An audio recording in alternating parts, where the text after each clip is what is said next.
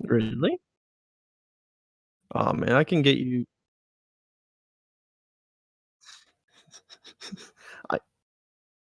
I yeah, I've been meaning to make an instrumental compilation. Okay, yeah, so I'm gonna do a couple tests right here, see if I can hear myself.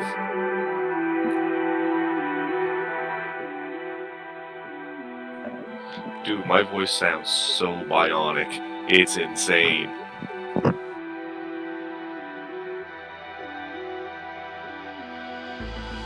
Yeah, I was gonna say, you sound like a robot. Yeah, it sounds like there's a couple filters.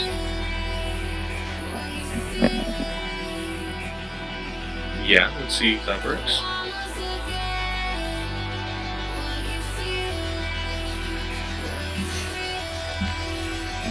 Hello? Hey. Hello? Howdy.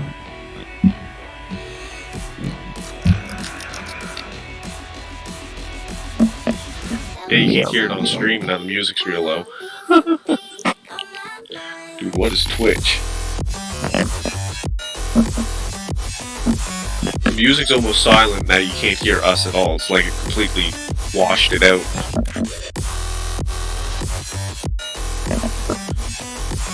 Yeah, that's what I don't understand, because it completely washed us out.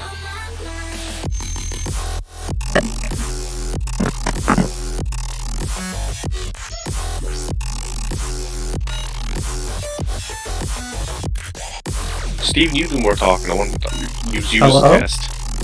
What?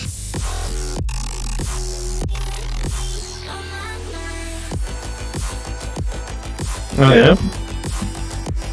And I don't know. How's that?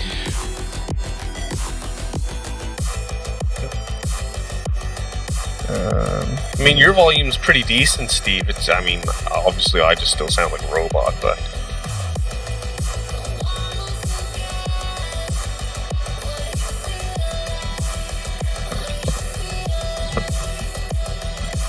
I tell you this much, I have a funny feeling that my little Sony headphones may actually be better quality. Wear these.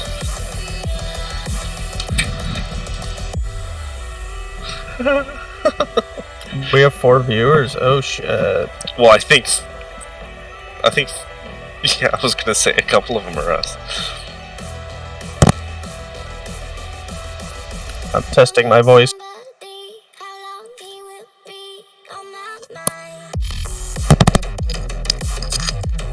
Yeah, Steve, you sound good on screen. I sound alright? Decent. I wish I could just mute Discord, but still be able to talk, but I think I have to have the stream muted, because it's not working. I was just saying, I mean, have you noticed any lag between the stream and Discord? Yeah, there's like 5 seconds or something. Give or take. I just heard myself on stream and I'm very happy with the difference in quality. Yeah. Yo, Chan. Yeah. There's this girl. Dude, you on stream.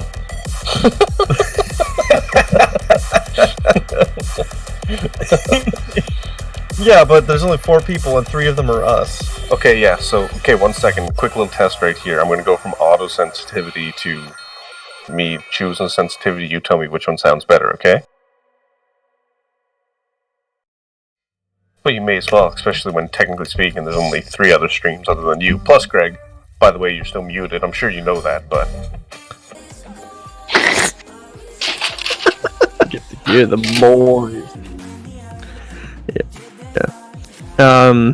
Real quick before the stream starts, I want to tell this story. There's this girl that I've low-key always thought was like kind of hot, and I've had a few classes with her. Yeah, you can just recognize beauty. You know what I mean? I was on Tinder tonight. And she popped up, and I said, "Oh, what the fuck? She broke up with her boyfriend." And I went to the second picture. It was a picture of her and him, and the caption was, "My partner and I are looking to explore." And I was like, "Fuck! Why did it have to be weird?" Now, I have nothing against polyamorous relationships, but what does she mean explore? Because ankle suck his dick, like I'm not gonna do it. Like, if it's the case that they're like on a break, then maybe I'd go on a date. But if it's like a three-person thing, I don't know. I'm telling you this much. You can choose to listen, or you can choose not to listen. What? Say it again. Just continue on. All right. 3, 2, 1. I wish I could listen to the music, but if I have the stream sound on in Discord, then shit gets fucked. God damn it, the whole fucking stream lagged and I need to reset the whole fucking go.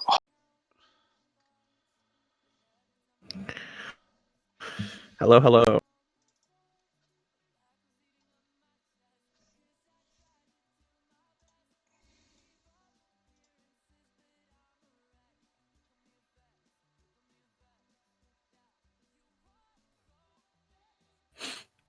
Yo! Howdy, my name is Steven. I play PS4. I go by Nifty Nickel. Jesus, don't call out your PSN. Nobody wants that. Yo, follow me on PSN. I won't add you. And I'm Chandler, Steven's brother. Steak Addict on PSN. Add that up. Don't add Nifty Nickel.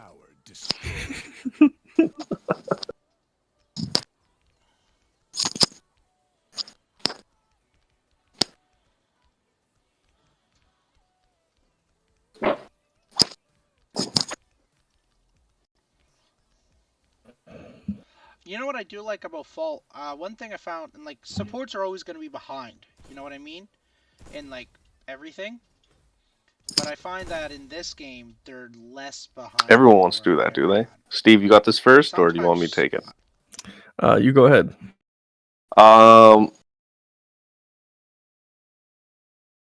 Yeah, so me and Greg know each other from high school.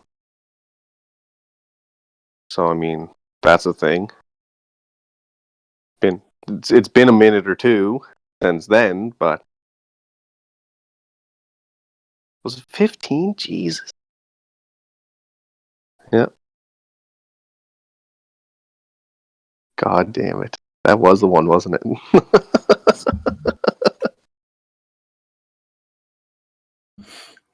Yeah.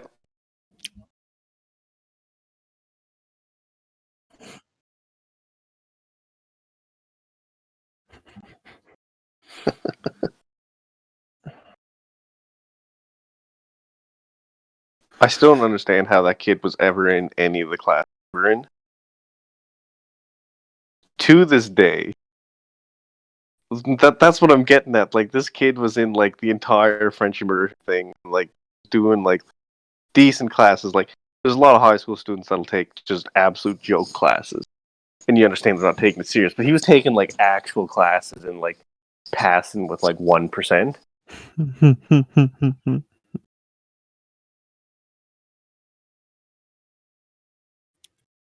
Priorities.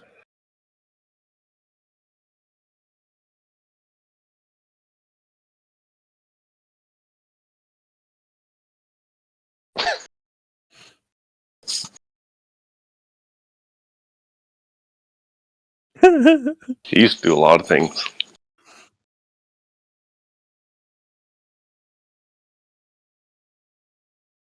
Shout out Nathaniel. Tune into the stream, bro.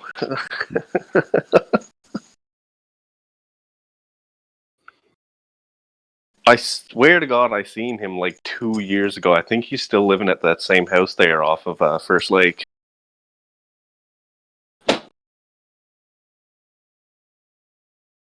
I mean, that sort of makes sense why you had the drug problem.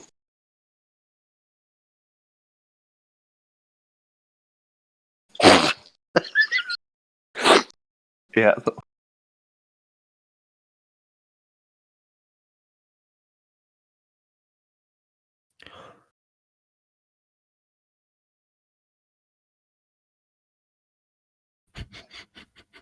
Hey, you better your girl.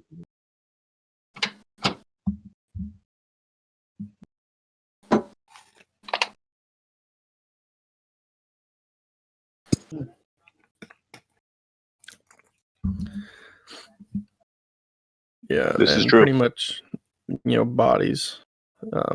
I'm my own person, and a little fatter than What? him. Yeah.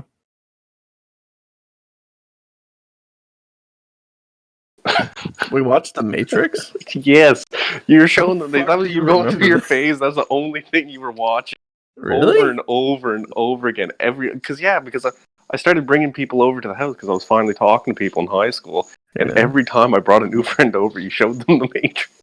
Really? Yes. Why don't I remember that? Like, I don't. I believe you, but that sounds like some shit I'd do.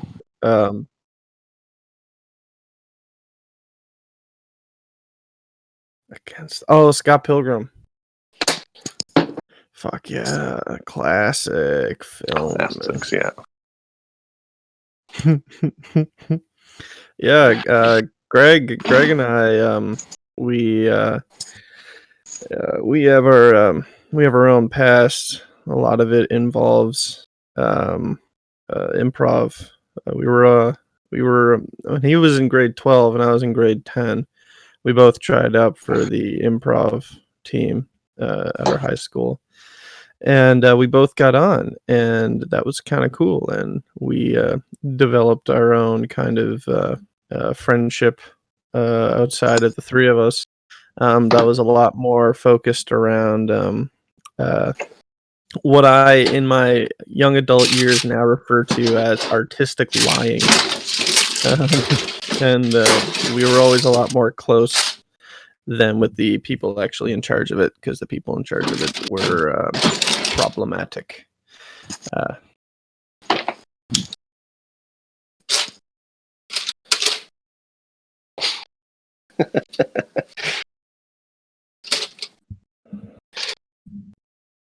Yeah.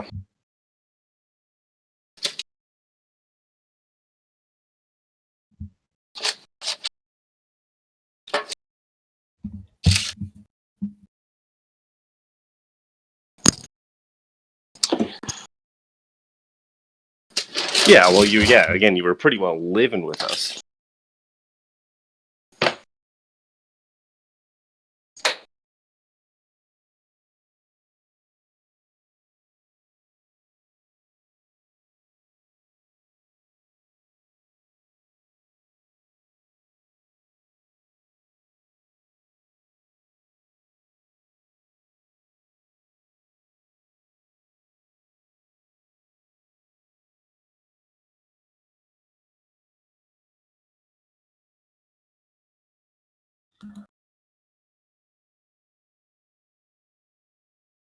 Looking back at your guys' improv experience, it's almost poetic because it fizzled out the same way Paragon did,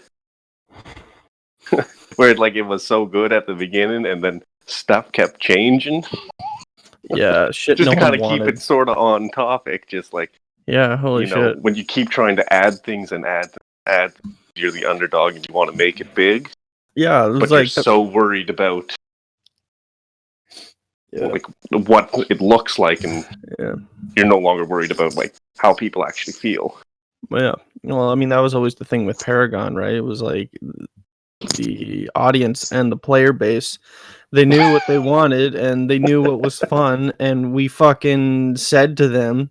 I still remembered those fucking community videos of what's his name, KL, and then the guy with that sat in the middle that looked really he was like a little like real pretty nice guy, and then Omega Beta Man on the far right, Cameron, I think his name was, who had the socks, and the three of them, they represented a unity. You know what I mean?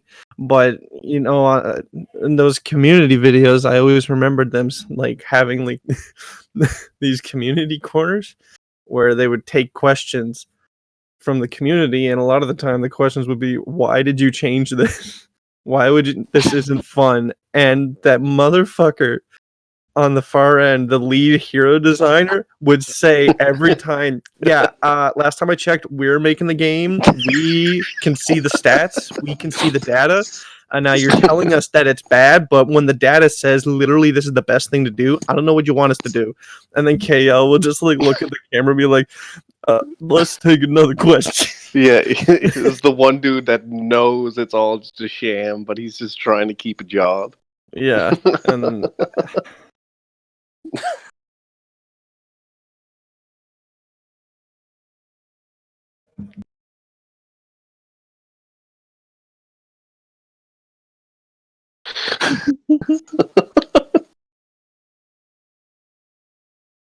yeah,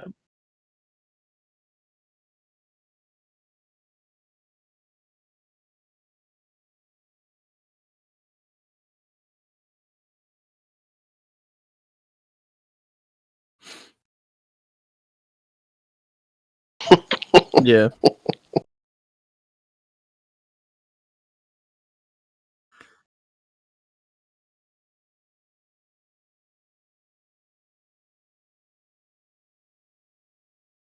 Yes, they did. Yes, they did. He wanted to kill it.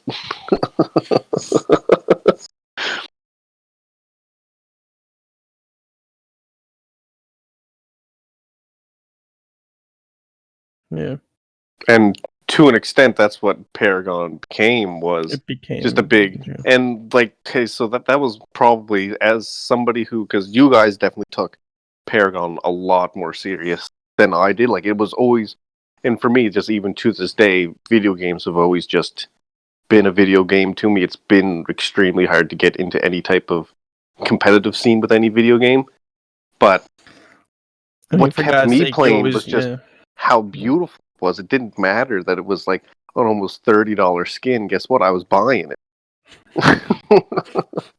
And that's what's insane. Like, you take a person that has no actual desire to like actually be super competitive, because you would assume that's what, like, it's really the hardcore fanatics are the ones that are trying to like spend the money in the game.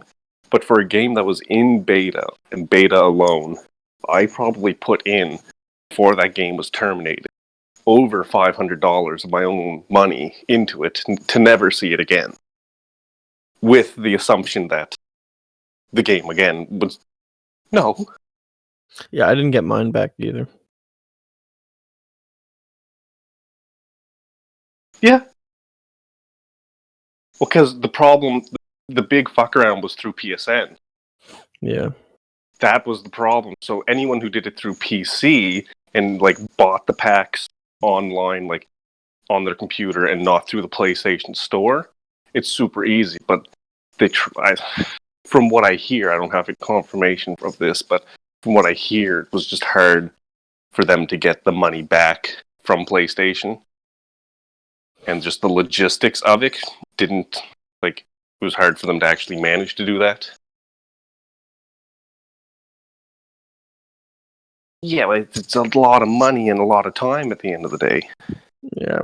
I felt like Paragon was like, it kind of had become a part of my life. And, like how you hate, I don't know, how your nose looks, or you hate your job. Like, there are aspects of your life that you fucking hate, but Paragon was always special because it was something that, I know I gotta grind. I know I gotta work hard at this. And, there's a lot of games I always played that, I knew that I'd have to grind at it. And I would just, at a certain point be like, fuck it, I'm not gonna do it anymore. But Paragon was always different because I'd never played another game like it. I'd played MOBAs.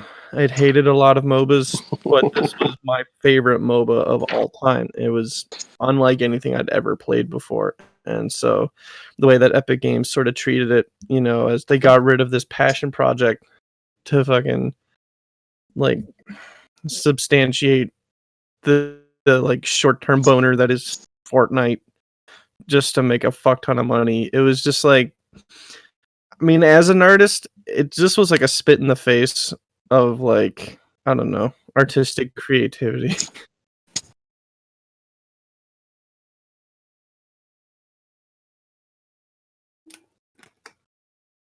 Yeah.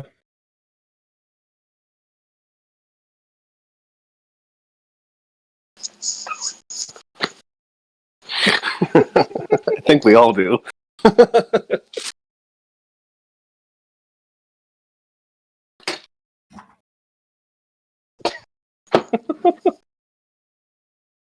Because we're attached to a sinking ship.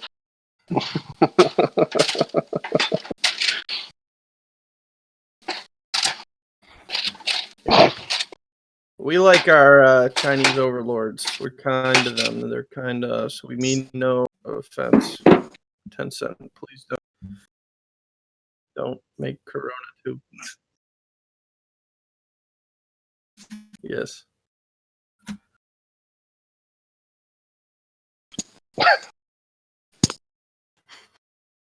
And we're completely scared of you. Don't hurt me.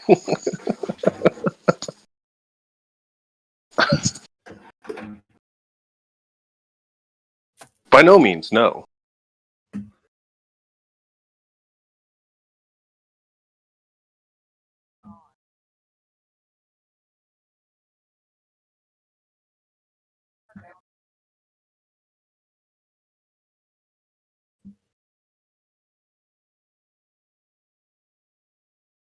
Mm-hmm.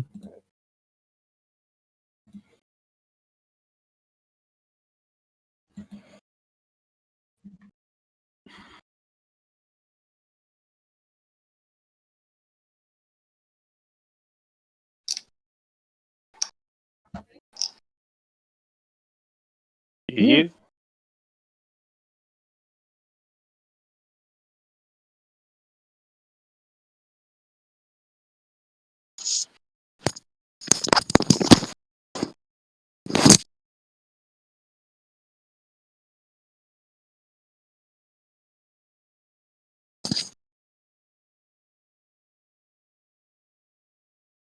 It was really just how the game felt, because if you think about it, so I got into Paragon right off the heels of Smite. I don't know if any of you guys really played much of Smite, but especially back in the day when, like, before Paragon was really a thing, I played Smite, and, like, just going to that Unreal Engine and playing a game that smooth, it didn't really matter if you were good at it. You wanted to play the game purely based on how good it looked, because it was impossible to believe it actually looked that good. Well, especially the fact that you can go back and replay any single one of your games, and you can go to any point of the map in a still frame, and it would look like it was like CGI. Like it was absolutely beautiful what you could do with it. Yeah.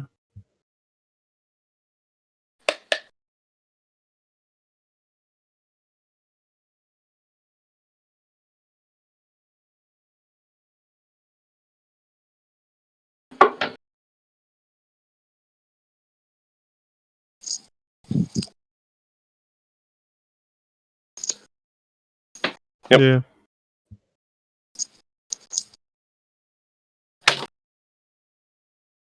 Yeah.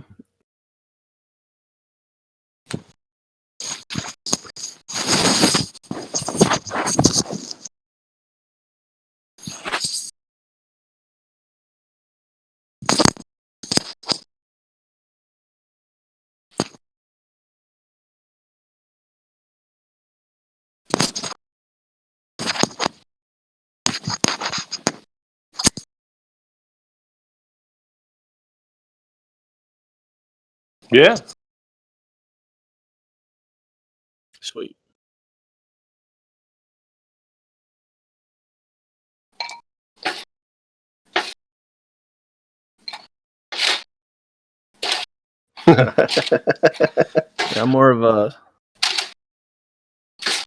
Yeah, more of a single player kind of guy, but I really got into the player of Paragon.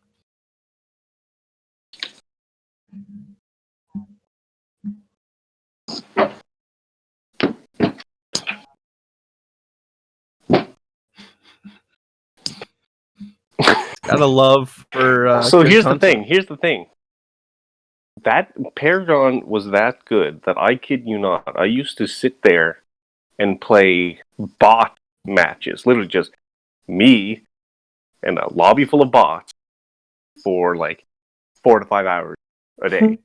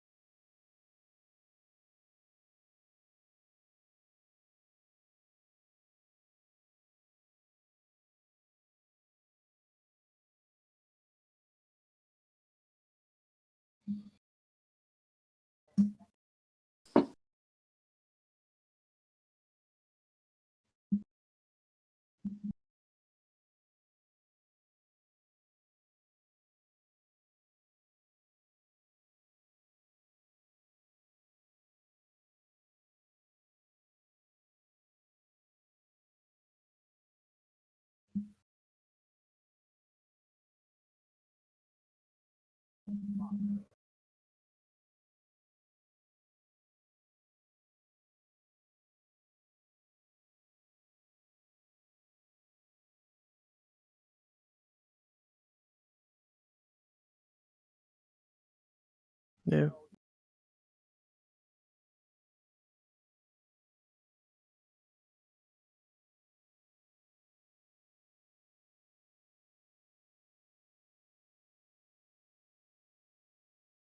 Yeah, and Steven, you didn't really hear this earlier. Me and Greg were kind of mulling this over, so I'd just like to get your take on this.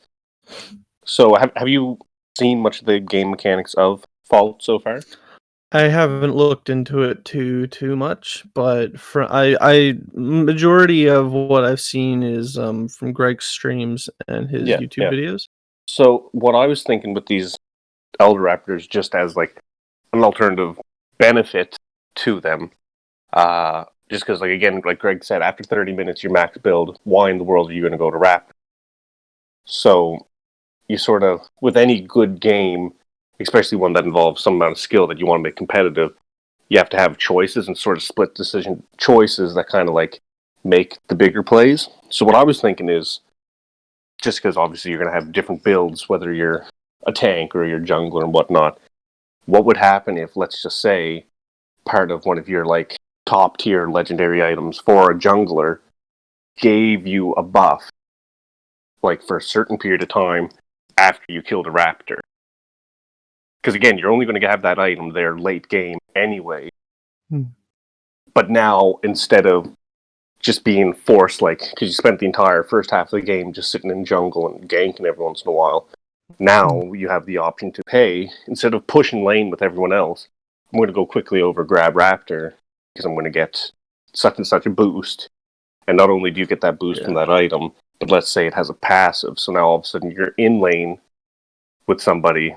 Now, even though let's say you have an attack buff, you don't necessarily pass that attack buff on, but you attach like attack speed or something like that, or move speed, depending on, let's say there's different types of raptors or whatever they end up deciding to do, but like just having that second layer of verticality to the game, just being able to go a little bit deeper and have a little more strategy.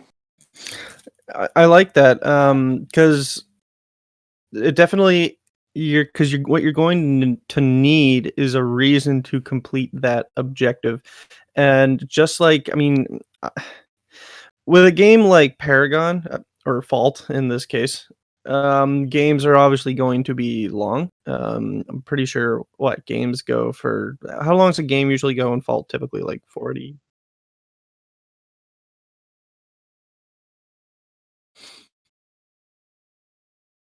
Yeah.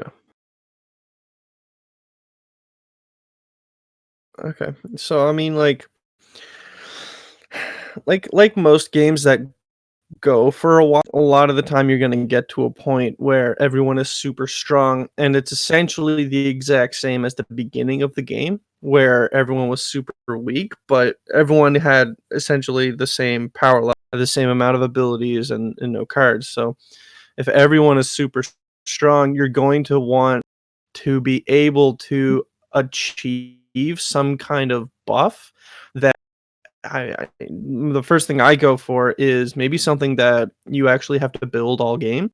What if there was an item that you could buy or some kind of setting? I don't know what it would be like, but what if it was you needed to kill a certain amount of raptors? So you could put that on your carry or even your jungle, or maybe it's some kind of item like that at a certain point after you've killed a certain amount of raptors, it gives you like a permanent buff even if you like sell the item or something like that. Like, or like let's say you need to get this many kills on ranged heroes, you need to get this many kills on melee heroes, and it's like it would be ways for you to counterplay against certain teams. And maybe there's an item that if you get, this many jungle minion kills, you'll get another buff. And it's that idea of encouraging players to find other uses for completing these objectives without, the only thing that you're actually benefiting from is I'm just going to say like CXP, or the gold or stuff like that. Do you know what I mean? And because then at that point, for a game like Fault, there isn't just damage values, there isn't just currency values. There's a third very, very important value that you don't get in games like Call of Duty, and that's time. So how you spend your time, as well as how much time it takes for you to get from one spot to the other.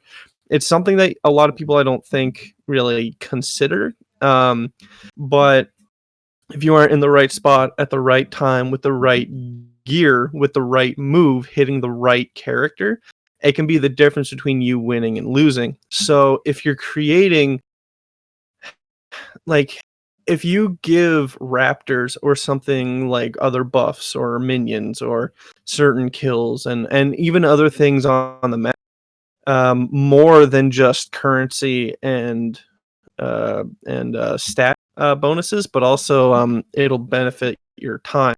There's I'm not just getting money from this. The fact that I'm killing these enemies over and over, I'm completing these objectives over and over. Yeah. It kind of reminds me of uh, I always love a chance to bring up Bloodborne. There's this concept of there's the currency of insight. Trust me, it'll make sense. Yeah, no, I see where you're going with it. It's just a game mechanic because there are two sets of in that game. So insight is this it's a currency that you can spend to get certain items. And you can consume items to get more insight, and that's what a lot of players refer to as consumable insight.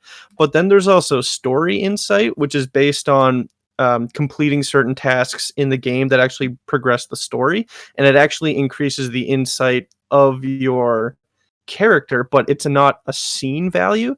And it's that concept of things that you're doing isn't actually manifesting as resources for you to allocate. It's simply just a reward for how you spent your time. And I think that could add another depth to longer games. Okay, how were you doing? Were you actually letting your carry get last hits? Were you staying in lane? Were you staying in lane? Maybe there's a thing that if the more you're in lane, you get these buffs. And it's that idea of, okay, how can we manipulate time?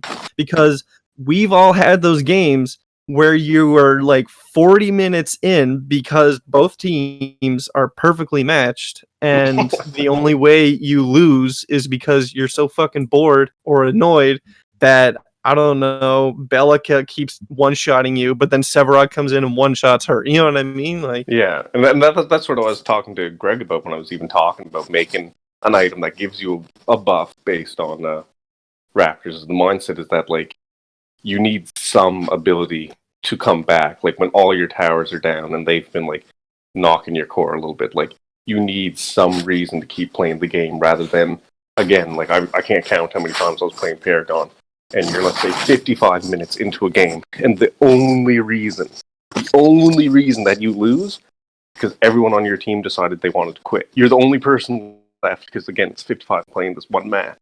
You still want to play, but you lose because everyone's fed up with it at this point. It's not fun. yeah. Yeah. Did you like what I said, or what Chandler said? Yeah, story insight.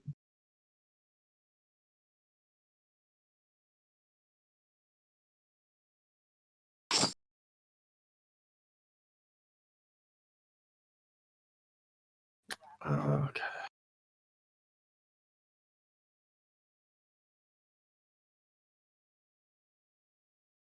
Mm-hmm. Hmm.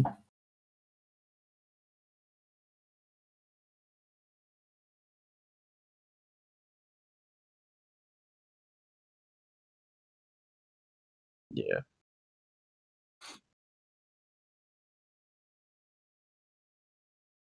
There needs to be bigger fruits for your labor.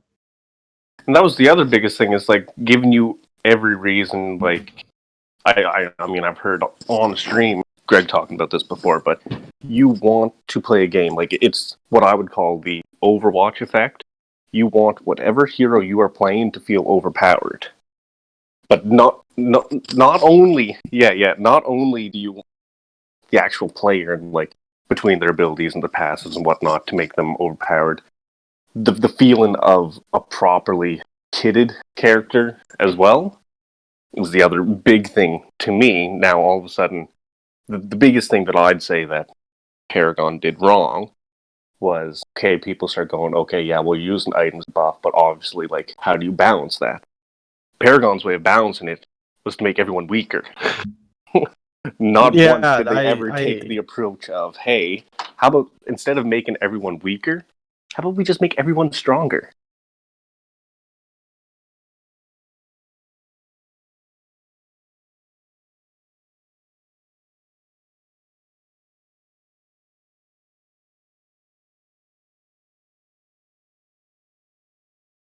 No.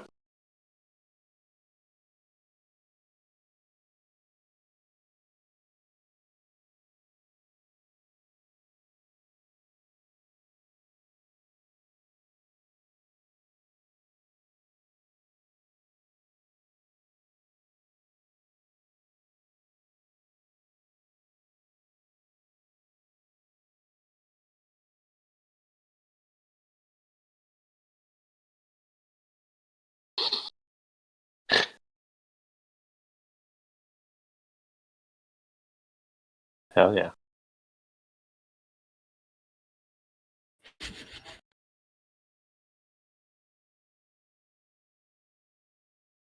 Well, that was the other problem with Paragon, is that every single time they put out a new character, it broke the meta. Yeah. Don't remind me. Destroyed it. But you're learning a new game every 3 weeks. Who wants to do that?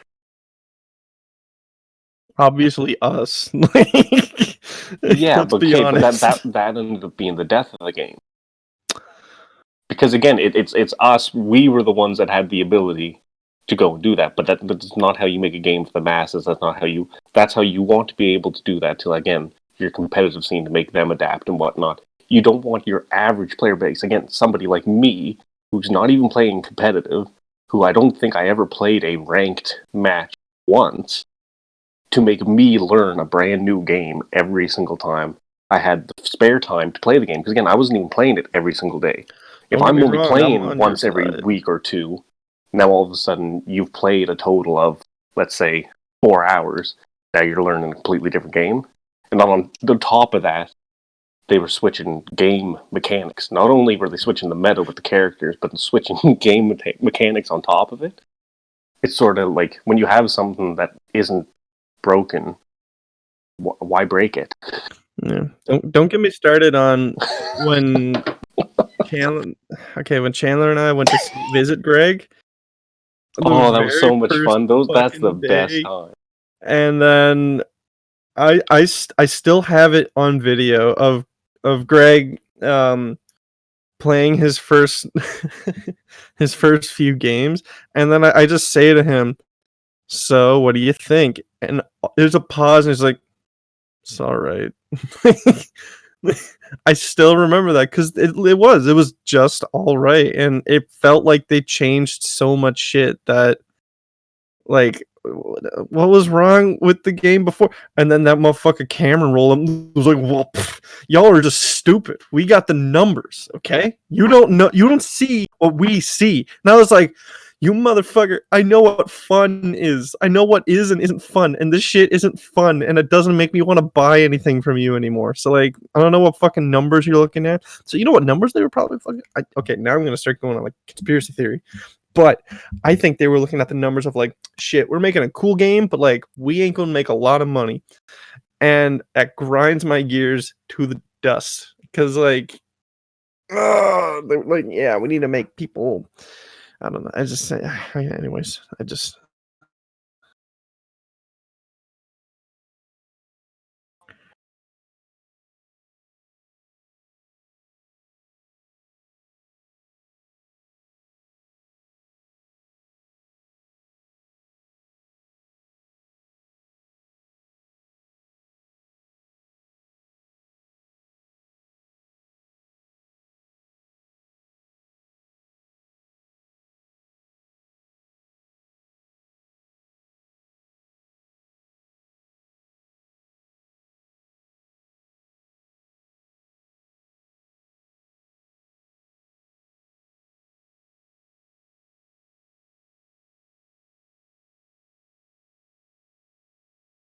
Mm-mm.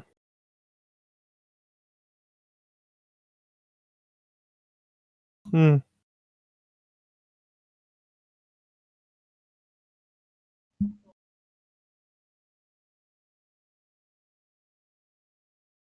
Hmm.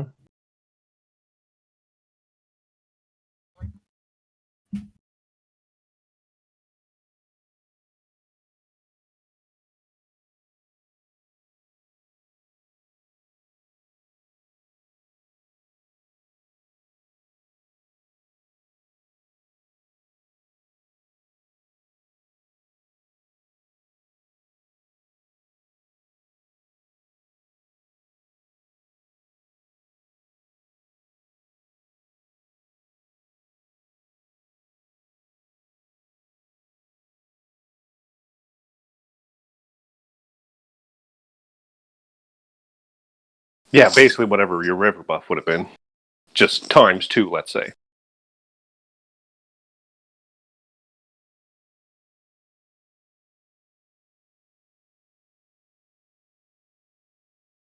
Another interesting concept would be like, let's say again with these Elder Raptors, you're saying 30 minutes in, so the mindset would be at that point, even though let's say you're jungler or whatnot, they definitely have a lot of attack power and whatnot, and typically a regular Raptor they'd be able to come in 2-3 hits, bang, done, dead.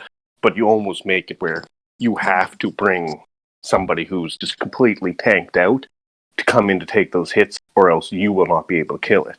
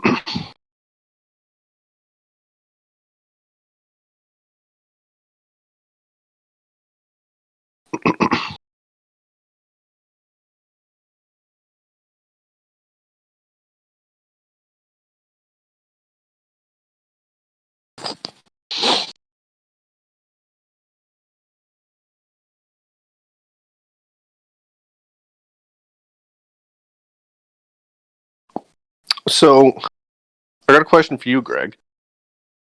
Just with, obviously, you've had a lot of time with Fault here now. In your opinion, would you see any benefit in, let's say, making the buff from Prime more powerful but not last as long? I real quick, I had to step out for a second. I just had to talk to someone. In case you were asking me something. No. Okay, cool. Don't mind me. Yeah, just because I remember seeing a couple times watching your stream, let's say a team goes in and gets Prime, so you've spent all that time getting Prime. Now all of a sudden everyone's low health, and the other team comes in and just wipes you, and you completely lose Prime. So would it be beneficial to make it extremely dangerous for the opposing team to come in if you almost have Prime, with a chance that you may just get it, and let's say you get the bigger buff but doesn't last as long, you completely wipe them, and then you get a tower or two?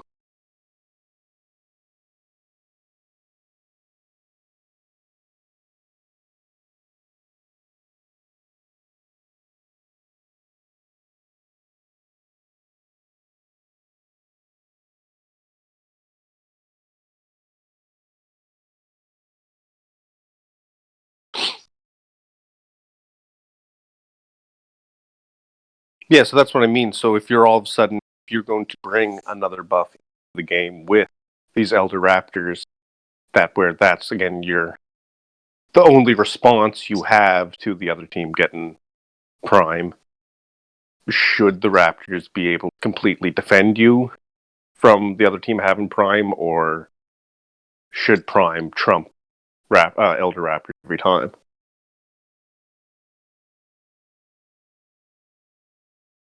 Because obviously, like, it'll give you a fighting chance, but let's just say, like, again, if there's only one Elder Raptor, let's say there's only one of those, you can only get the one buff. And let's say it's only for the person who kills the Raptor. And let's say even just for the sake of it, you have all three Raptors up, you get three people on your team with that buff. Is that going to be enough? Like, I don't see it ever being enough to counter Prime, but I just don't know the state of Prime right now because I haven't played Fault myself.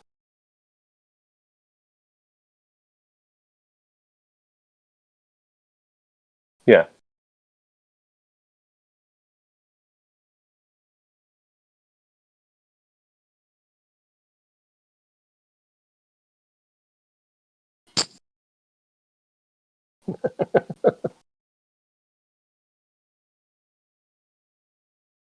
Yeah.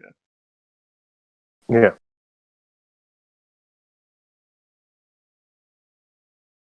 And that'd be the only appealing part over it. And you would pretty well, I mean, if both teams know one Elder Raptor comes in, let's say, half an hour, you know everyone's going to it because, again, if you've been playing the game, you can kind of tell at that point, half an hour in, it's pretty easy to tell if it's going to be, like, even gameplay. It's not like you've just been completely getting railed for a half an hour straight. Just being able to know, hey, you know what? This is the only way we're getting ahead because we don't have enough power to go get Prime yet for whatever reason at half an hour, but this might be what sets us over. Yeah. I think the concept of keeping that large Raptor buff to a one-person thing, I think that's a really good idea. Well, you have to. You would know. There's no way you can go one person, go take a Raptor, and you get everyone a permanent boost. Yeah. Talk about breaking a game, killing the player But base. what if they made it a thing? What do you guys think about this? What if, let's say, your team kills Prime, and it's just to try and make this easy to understand. It gives your whole team a 100% status boost. Okay, but what if the ultimate Raptor that only buffs the one person gives a 150% status boost? So it's stronger than Prime, but it's one of those things where one-on-one, that person who got the Raptor buff is going to be stronger in the one-on-one fights. But it's that thing that if you have Prime and you're actually coordinating as a team, so it rewards the fact that you got Prime, the sum of the multiple people that have the Prime buff could beat the Raptor buff. And so it would encourage, like, okay, so what if we give it to the jungler that might have more mobility and can, like, pick off people with Prime one-on-one? What about that concept? About Did having Paragon the ever have team chat? Like actual voice chat? No. Because I think that's No, we were going always... forward, that's going to be the absolute most crucial part to whatever, like, if they want to have any sort of, like, deeper verticality of this game, like that we're talking about, to be able to have a full team, because the amount of opportunity you're going to have a full lobby of people who you're on, let's say, Discord with, it's not going to happen. And even if, let's say, you're on PC, I mean, it's impossible, first of all, to do it on controller, because the only time you get to talk to your team is when you die and you're sent back to core. And you're typing as fast as you goddamn can with that controller. But I think they pretty well have to have some type of team chat. Yeah. Do you feel like if there was like a team chat, then like the idea that I brought up, do you think, because I feel like if you start playing with numbers and the potency of buffs, yeah, and also the fact that Prime affects the team 100%, but then Raptor would affect one person 150%. And again, I mean, I guess that buff would have to depend on how often it happens and what happens when the same person gets more than one Raptor. What if there was a specific buff that only popped up once Prime dies? So you could have So you get a charged up Raptor or something fucked like that. Raptor with a laser.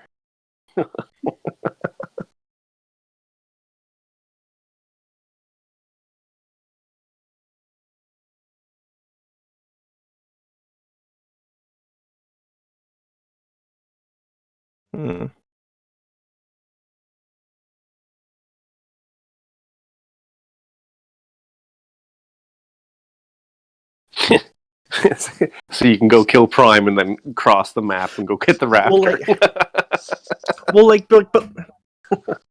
But think of it like this. What if it was one of those things that now it would mostly just be in like a context thing, because it would allow for planning. But like, what if Prime was so strong that arguably, unless your team is super coordinated, you would probably need like at least 4 people. But if you were able to kill it with less people, you could have 1 or 2 people over at the Raptor ready to get that buff. But it's that idea that you would need your whole team immobilized at these 2 things in the center, leaving the lanes completely free. And so it's that idea of, okay, how strong are we? How quick can we kill these things? Because that's that other thing. Remember, I was talking currency, power, and then time, right? When we get these buffs, are we going to, do you know what I mean? And so it just makes it in my head, because if the enemy team knows that our team is getting prime, they might say, okay, let's just push the fuck out of the lanes, or let's try and go kill prime, or let's go and get over to that Raptor buff. And then who goes to it? Who stays in the lanes? And all this kind of stuff. And I think like it makes the map a lot more alive and breathing almost. That was always a thing that when Infamous for the PS3 came out a long time ago, that was always one of the things that really stood out to me, was like in their marketing campaign, they always talked about how the city in that game was alive and breathing. And it's the fact that stuff would happen. Things would happen based on other things you would do. There were certain benefits to being in certain places on the map at certain times.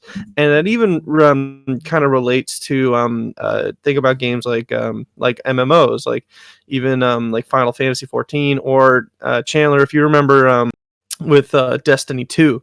Remember we were trying to get that one sniper rifle that you had to be on Titan or IO, and you had to be in a certain spot, kill a certain enemy, and then get to a certain place in a certain amount of time in order to even be able to do the quest.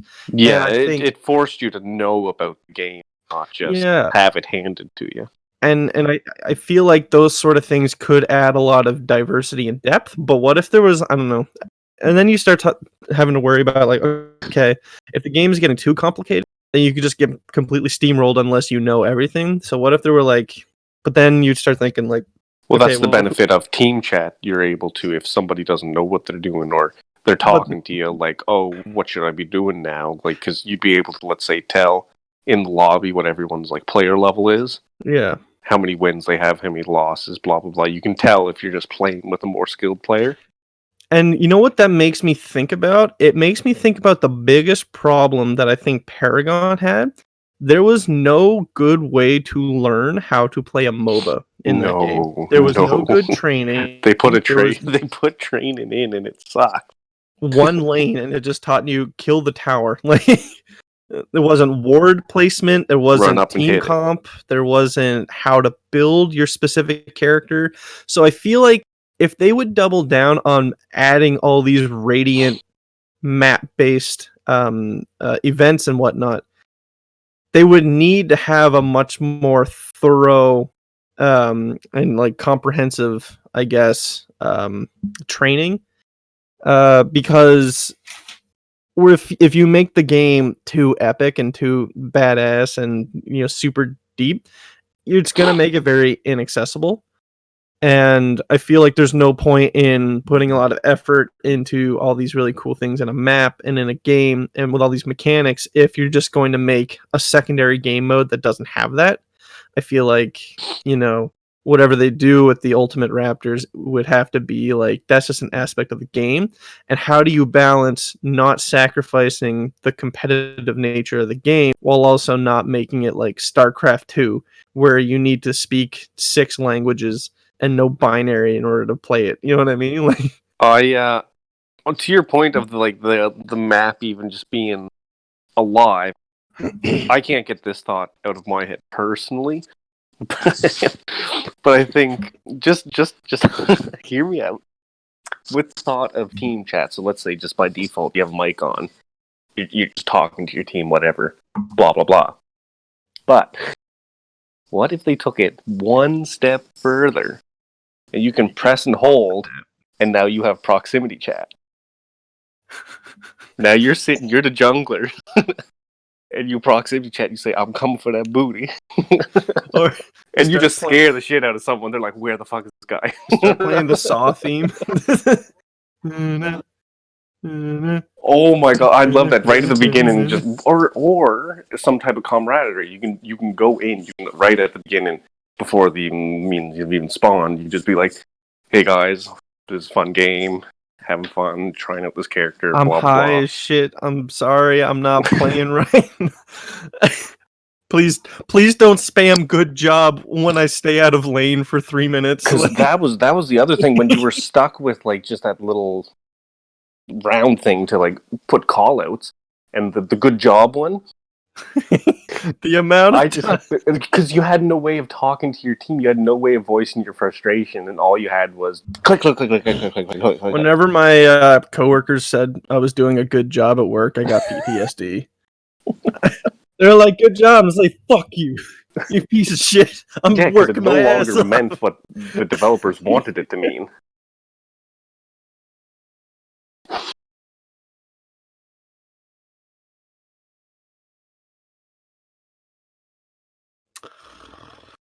Yeah. Oh, it was the best. That was the whole point of playing. The Oh fuck my up god, those it was the 8-year-olds that best. got caught for Christmas.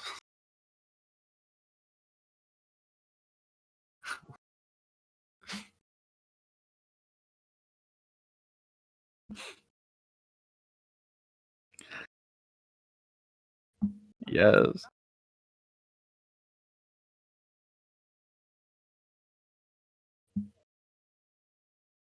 Well, and how do you organize? You're in a pregame lobby. You just meet these random people. How are you going to type in and say, "Hey, add me on Discord so we can talk"? I mean, if there's a text chat box, you could just drop the Discord link. Hey, I have a Discord link. But then if like 3 dudes are like, join my Yeah, Discord, everyone wants you to join their you Discord. can't really do that on PC very easy.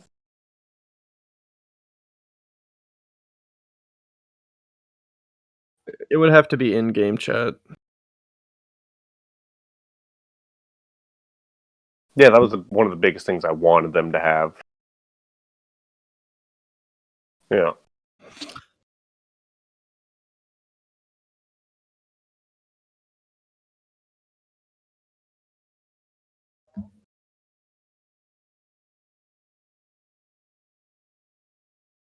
Hmm.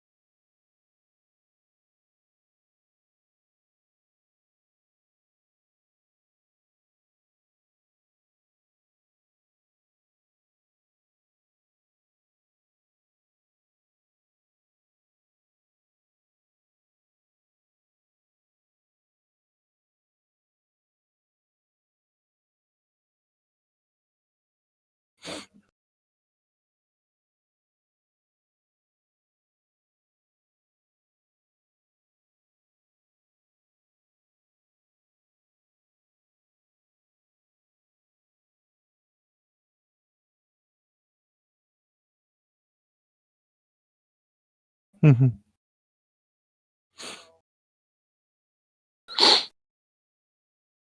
I mean, yeah.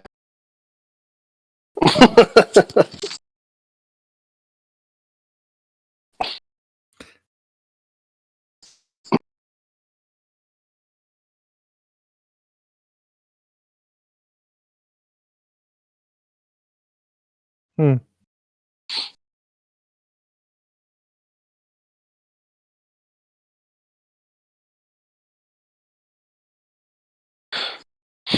Be cool. They start getting evolution in Fault. Darwin. Selective. Oh. Agumon. No, what's that selective what natural selection Mm. when you kill a raptor. You start getting philosophical in Fault.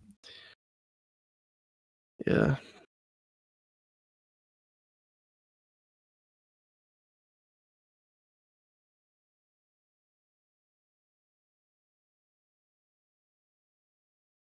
On a side note, just looking at this gameplay here, I noticed earlier, Narbash did his ult, and after he hit the drum for the last time, he wasn't stuck in place, or he didn't get slow.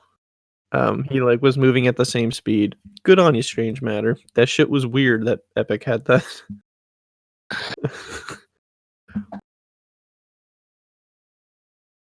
It fucking you watch them and root yourself. Like, are you fucking kidding me? I mean, yeah, like, I mean, because I think Narbash needed that. Now, don't get me wrong. I say that in the sense of I think Narbash is a great character, but I think he needed more little little things like that just makes him 400% better, because like when you're thinking about characters like Muriel, you're thinking about characters like Decker that have so many awesome benefits, and then you think about Narbash that when he uses his ult, I mean, yeah, everyone around him can't move, but he can't move either.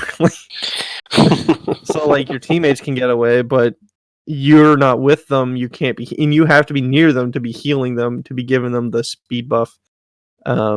So the fact that they took away the option to like keep moving to like get any benefit from that ult, I think was strange. And I don't know. I think it's just little things that like that I think that I think Strange Matter is doing really good.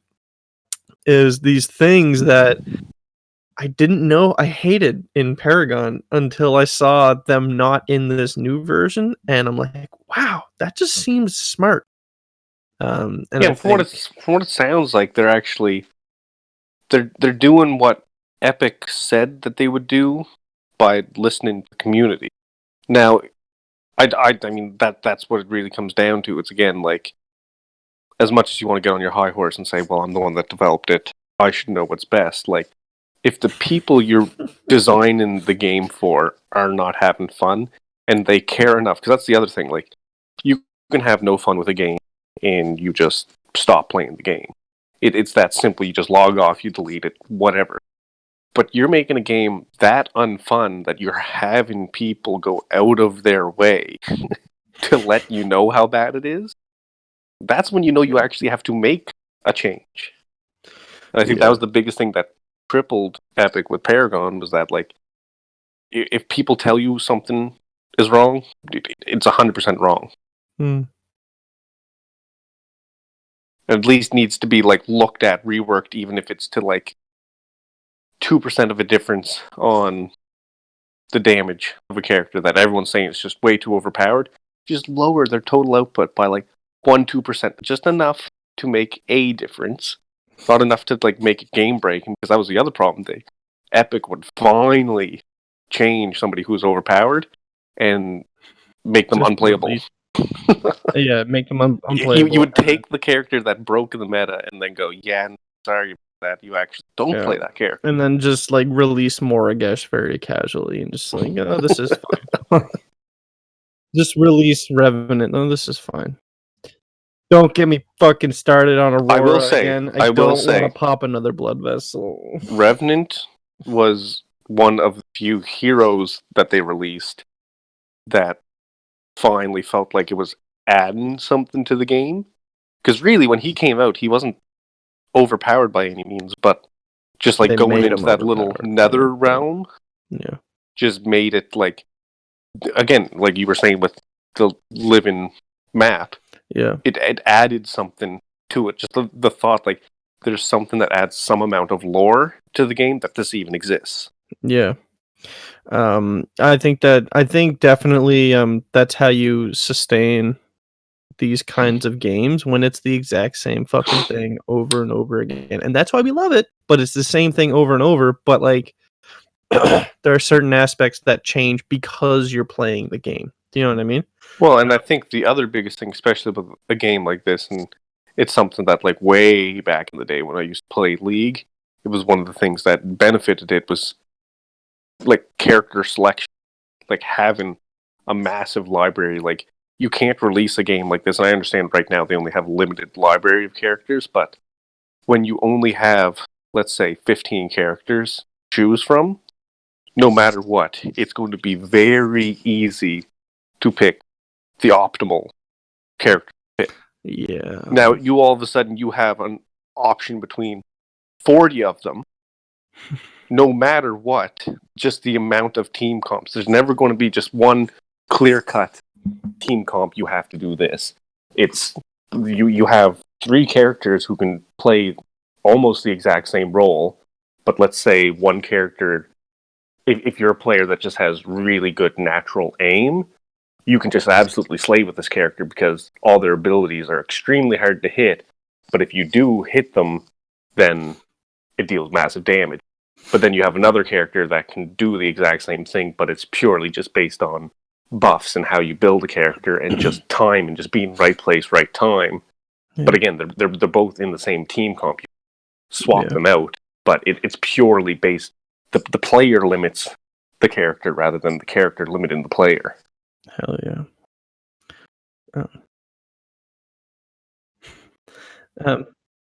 Oh yeah, I'm seeing it. There's also the concept of Chandler and I play this mobile game called Grand Summoners. And there's a tier list for characters because it is similar to it's an anime game, so they have a large collection of heroes and units that you can choose, and you create like a 4-person party. And there is a tier list of S tier and SS tier characters, but then there's like A tier characters that aren't bad by any stretch of the imagination, but it's that idea that certain characters are better and some are actually playable at all only if you're using another character. It's that idea of if you make a character with an obvious weakness, you're allowed to do that because you can, if you have a ton of other characters that have the same type of ability, you can create more diverse, interesting parties that are a bit more experimental, that the weakness of these specific characters can be supplemented because of another character that maybe doesn't get played that much. And it's that idea of synchronizing and having a bit of synergy. And I think that's something that, I mean, in a game like this, you need to have, when you're going to have so many characters, you need all the characters to be played. You need to have that presence, and you need to be letting people feel like, oh, I can only play Murdoch because he has this ability, and I can't play I don't know, Twin Blast in this matchup. You know what I mean? Like, and it's all this interesting stuff. And I mean, one that hits a little bit more close to home, you know, if I wanted to lock in Crunch Jungle and everyone starts shitting on me, and I'm just like, no, you just gotta let me, you know, fight and all that kind of stuff. And, you know, I run out of mana. But it's like, people like, Chimera, get the fuck out. I'm like, Sevarog, get the fuck out. And I'm like, I understand, but like,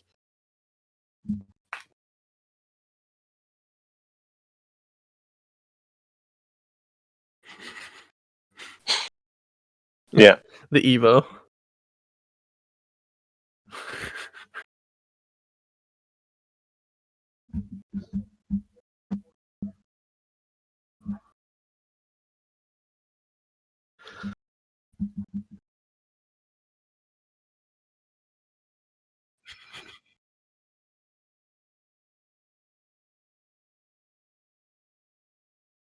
Bro, because I would lock Crunch. People So, commenting like fuck you, like remember, are you serious? Like, yeah, I'm fucking serious. I have the master skin. You know how many times I've seen someone with a Crunch master skin? Fucking never. It's just me. Okay, like, I put in work. I think the best game state that Paragon ever had was when they buffed Iggy.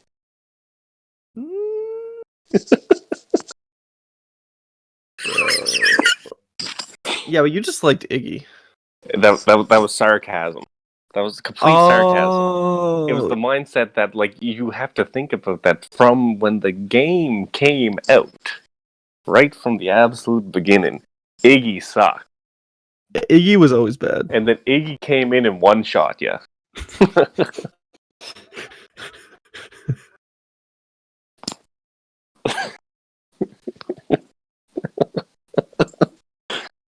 Do you remember how much that used to hurt? Dealt so much fucking damage. Yeah.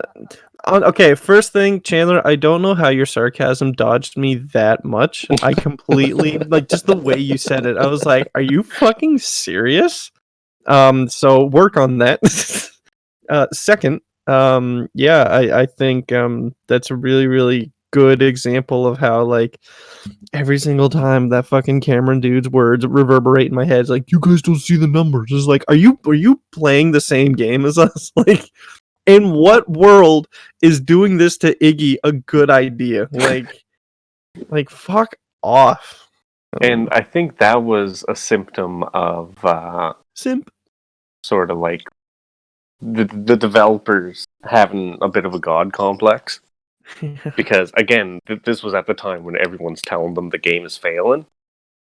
And they're listing like, let's say there's a list of 30 things that are wrong with the game. And literally right at the bottom of the list, somebody, as a joke, in number 29 of the list of 30, they go, Iggy has never been playable. And then that's the only thing they read. And then, like, And they go, number "You know one what? is You know towers what?" or shit.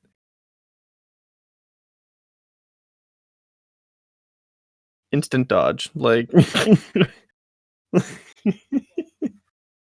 No, there was no way to build him. That was the issue, just like with I his tried abilities. to build Iggy a few times before he got his rework.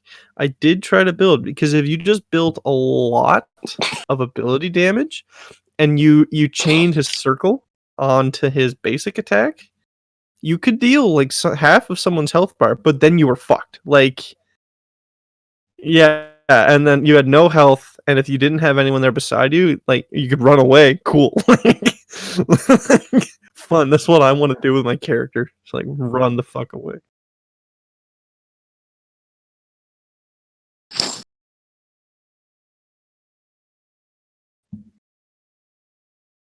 Who argues it isn't?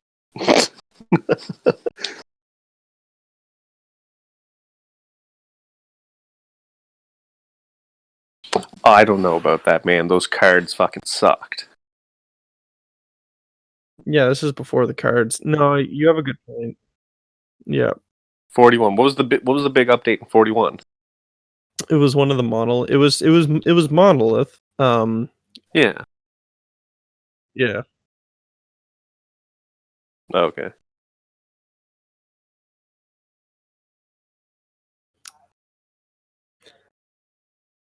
Yeah. So that's the other thing I was going to ask you about. Do we want the characters to move faster, to like have fighting be faster and more twitchy, or is it fun the way it is?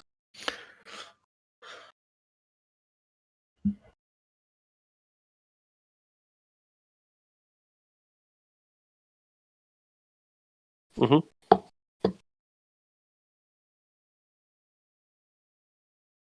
Well, everyone should have had that. Yep.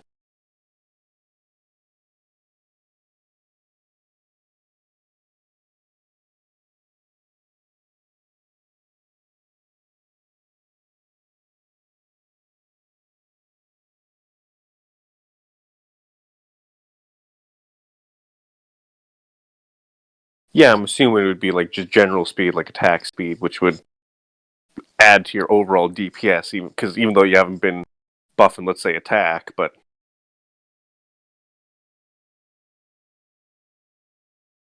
huh.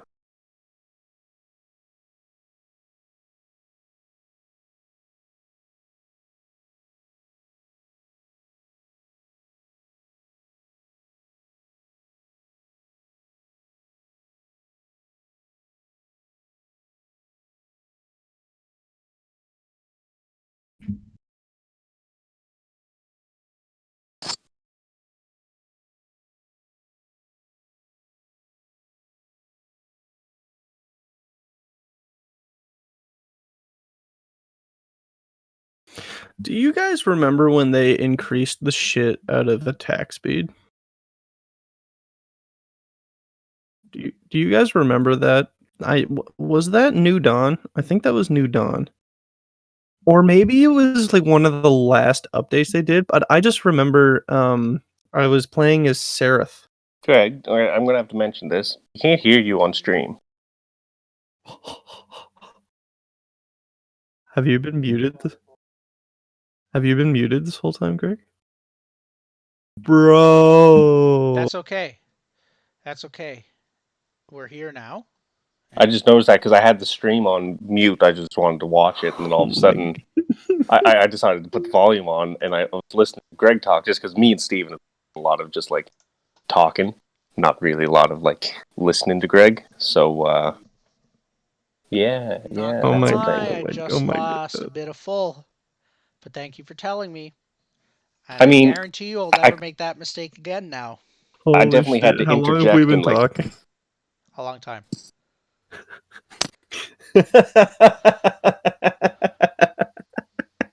So for everyone that's watching, I've been talking this whole time with my motherfucking mic muted!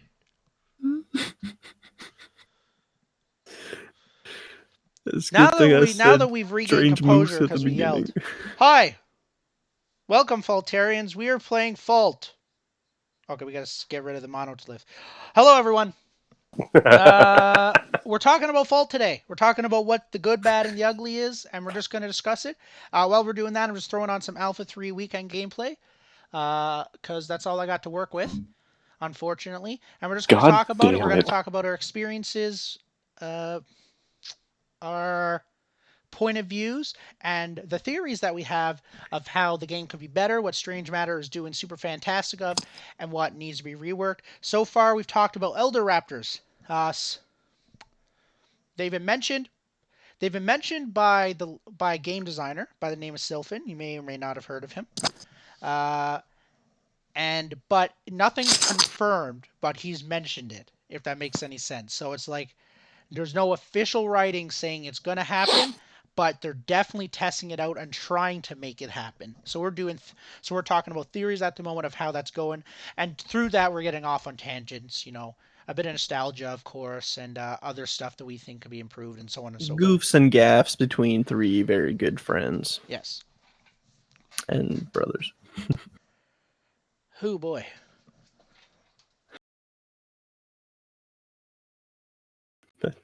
I'm sorry for laughing. I find that very funny.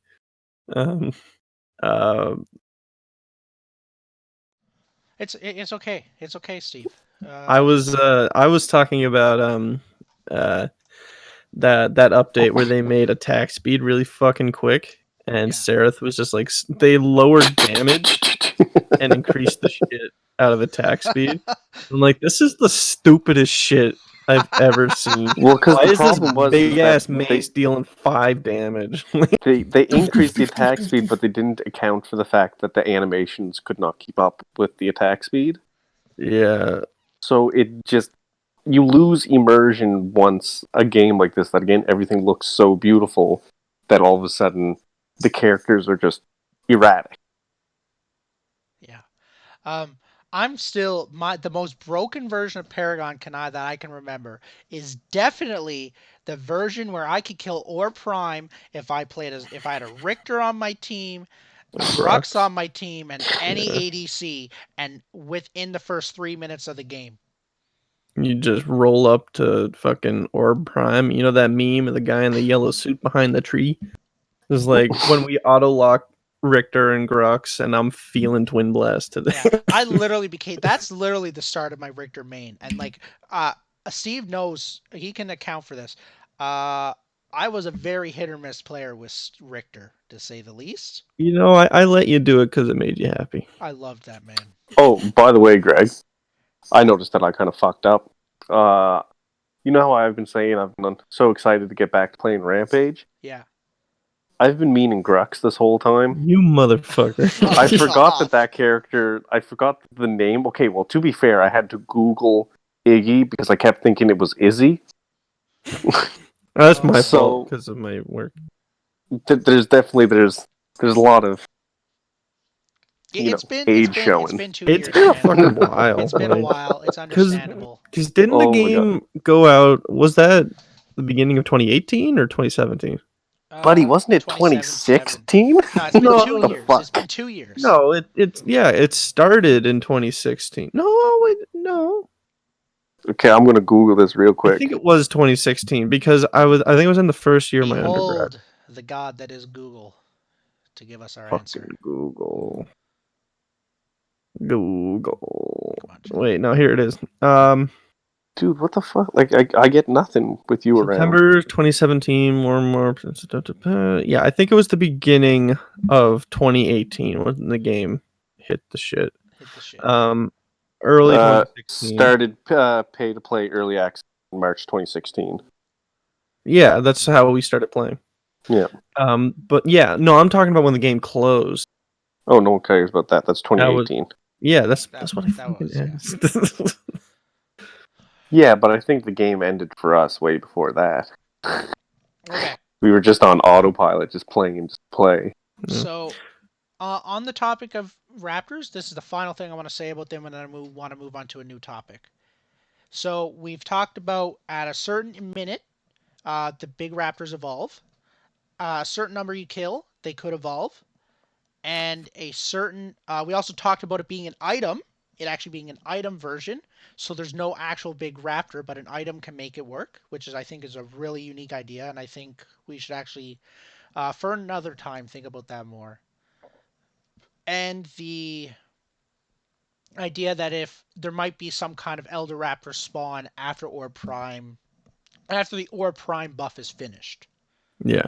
After it's finished or after Orb Prime dies? I think it should be after it's finished because I'm telling you, if you make it right after I grab the Orb Prime buff, you know exactly where I'm going. Yeah, but like that's the whole thing. Like the enemy team could be like, okay, they're going to get Prime because remember how you knew they were at Prime and you were like, well, fuck, now I'm just gonna sit in lane and wait for them to come fuck my shit. But what if it gives your team the opportunity, like, okay, get to the fucking Raptor because the second they kill Prime, that Raptor is gonna spawn, and you give that to the ADC or you give that to the jungle, and that's the only way we're actually going to kill any of them is if, do you know what I mean? And so it would encourage more team plays. Do you know what I mean? Instead of just sitting there at your just destroyed inhibitor waiting for them to push the lane. Yeah. That's a really good idea, but what happens if the team grabs the Elder Raptor? Well, then you just lose quicker and you can start a new fucking game because you guys fucked up and you let them get Prime. Like, that's the whole thing. Yeah. I was going to say, that'd end up being the the plan would end up being that you just have whoever's built the highest at that point, make sure they will get Elder Raptor and then go fuck up Prime. Because if you have some of your teammates at the Elder Raptor, then that's less players helping you kill Prime. And if you have all your teammates split between these two areas, who's watching the lanes? Do you know what I mean? So you need to set up the lanes. You need to make sure you're talking with each other because that's the whole thing. Do you just double down? Okay, we're all going to be at Prime, and so you can say to yourself, you can be a bit more of a bluff. Are they all at Prime? Are some of them at Raptors? Do you know what I mean? Mm-hmm. Should we just push the lanes? All this kind of stuff. Okay. To try to just bring it back, the last thing I want to talk about is not how the Raptors evolve into an Elder Raptor, like Ogmon going to Greymon, but we want to talk about what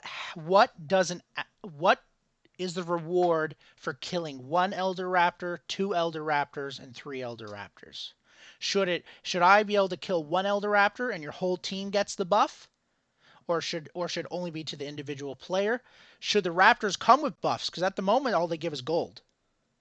And I personally think that they need to start giving more than gold. Yeah, definitely. If they go to an Elder, they should give one random river buff. Yeah. Or like a permanent damage buff.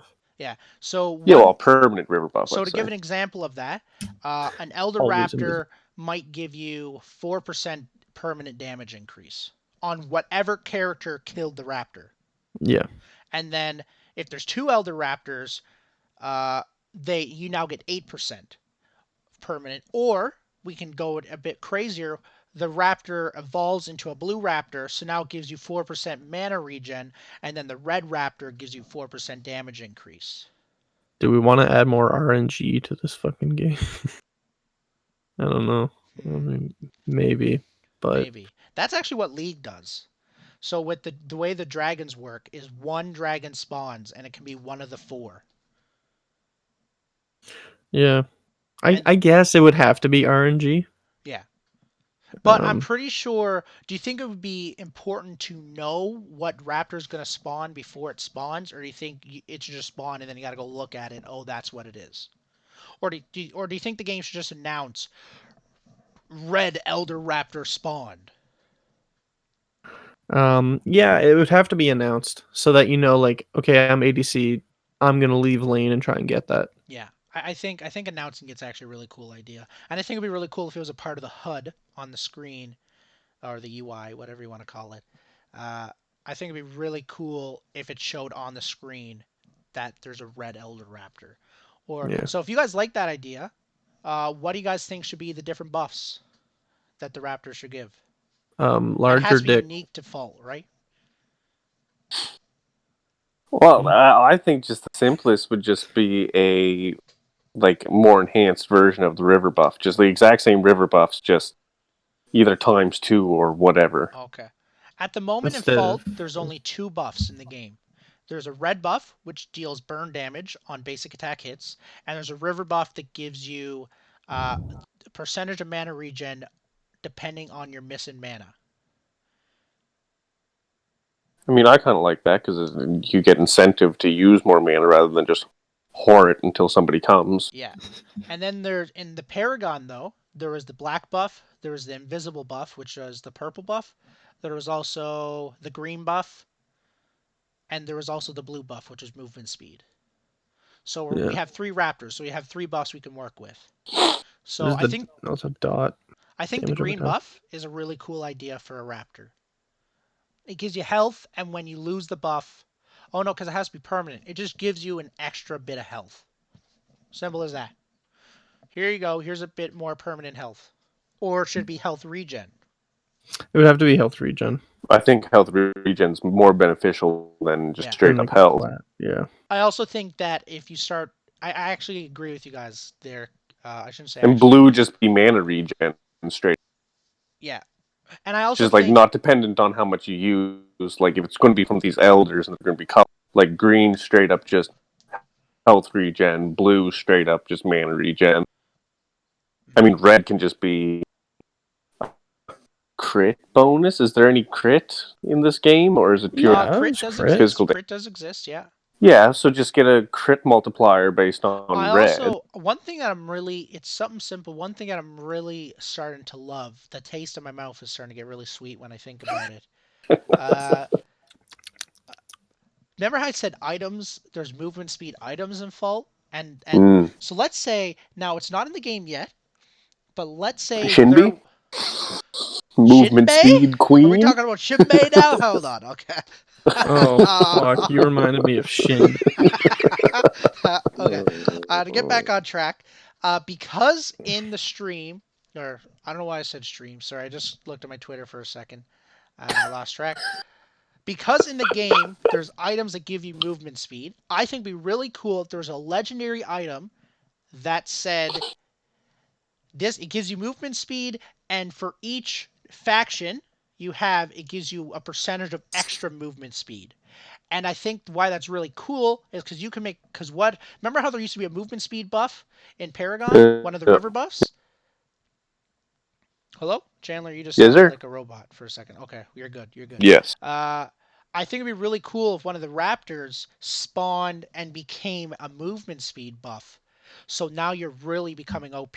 Because the thing about movement speed, why it can be super crucial in a MOBA, is you get away faster, you're harder to hit, and you can push lanes fist quicker. So movement speed's actually like a huge, huge deal.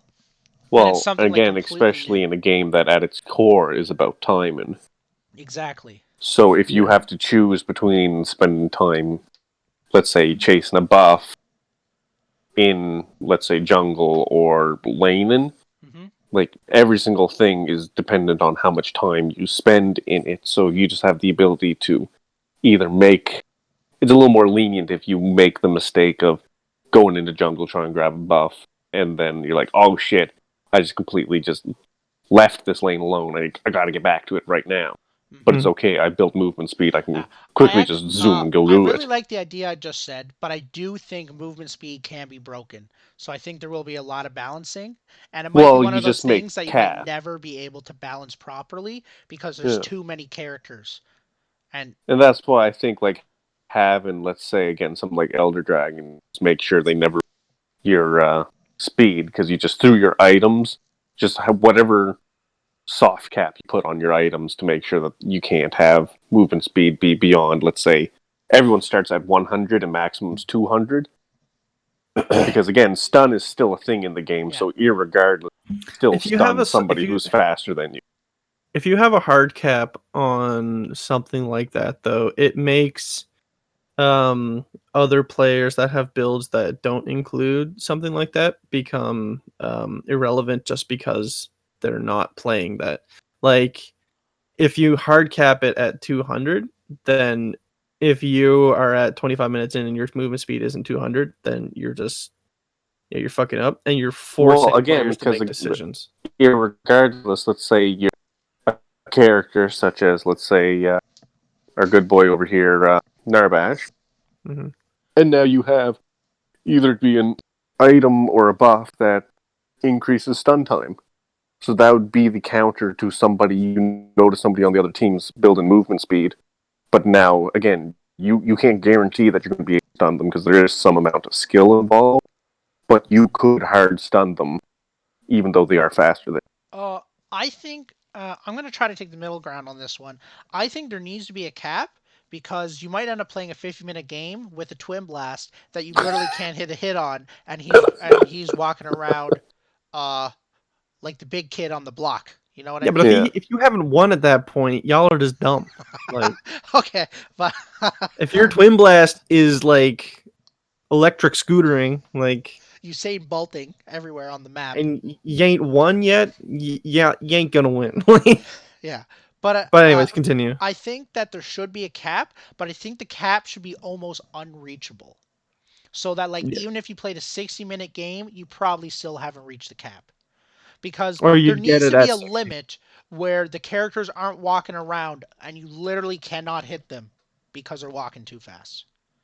You literally can't beat them to any lane even though they just spawned because they're walking too fast. Yeah, You know what I mean? yeah. just widen Just Richter's play all done. Morgesh and You just got press him. R1 and just not have to aim it. You just take a quarter of their health just by pressing one button. Yeah. Yeah. Okay. So now we're gonna move on to the next topic. That was quite a while for one topic, I must say. Passionate. At this rate, I don't see us getting through everything. But that's all right. So next thing I want to talk about is I want to either go to a good thing or I want to start going into something I think needs a bit of a deeper look at on Strange Matters. And so I want to either talk about Bellica, which is kind of the negative thing, or I want to talk about lane objectives.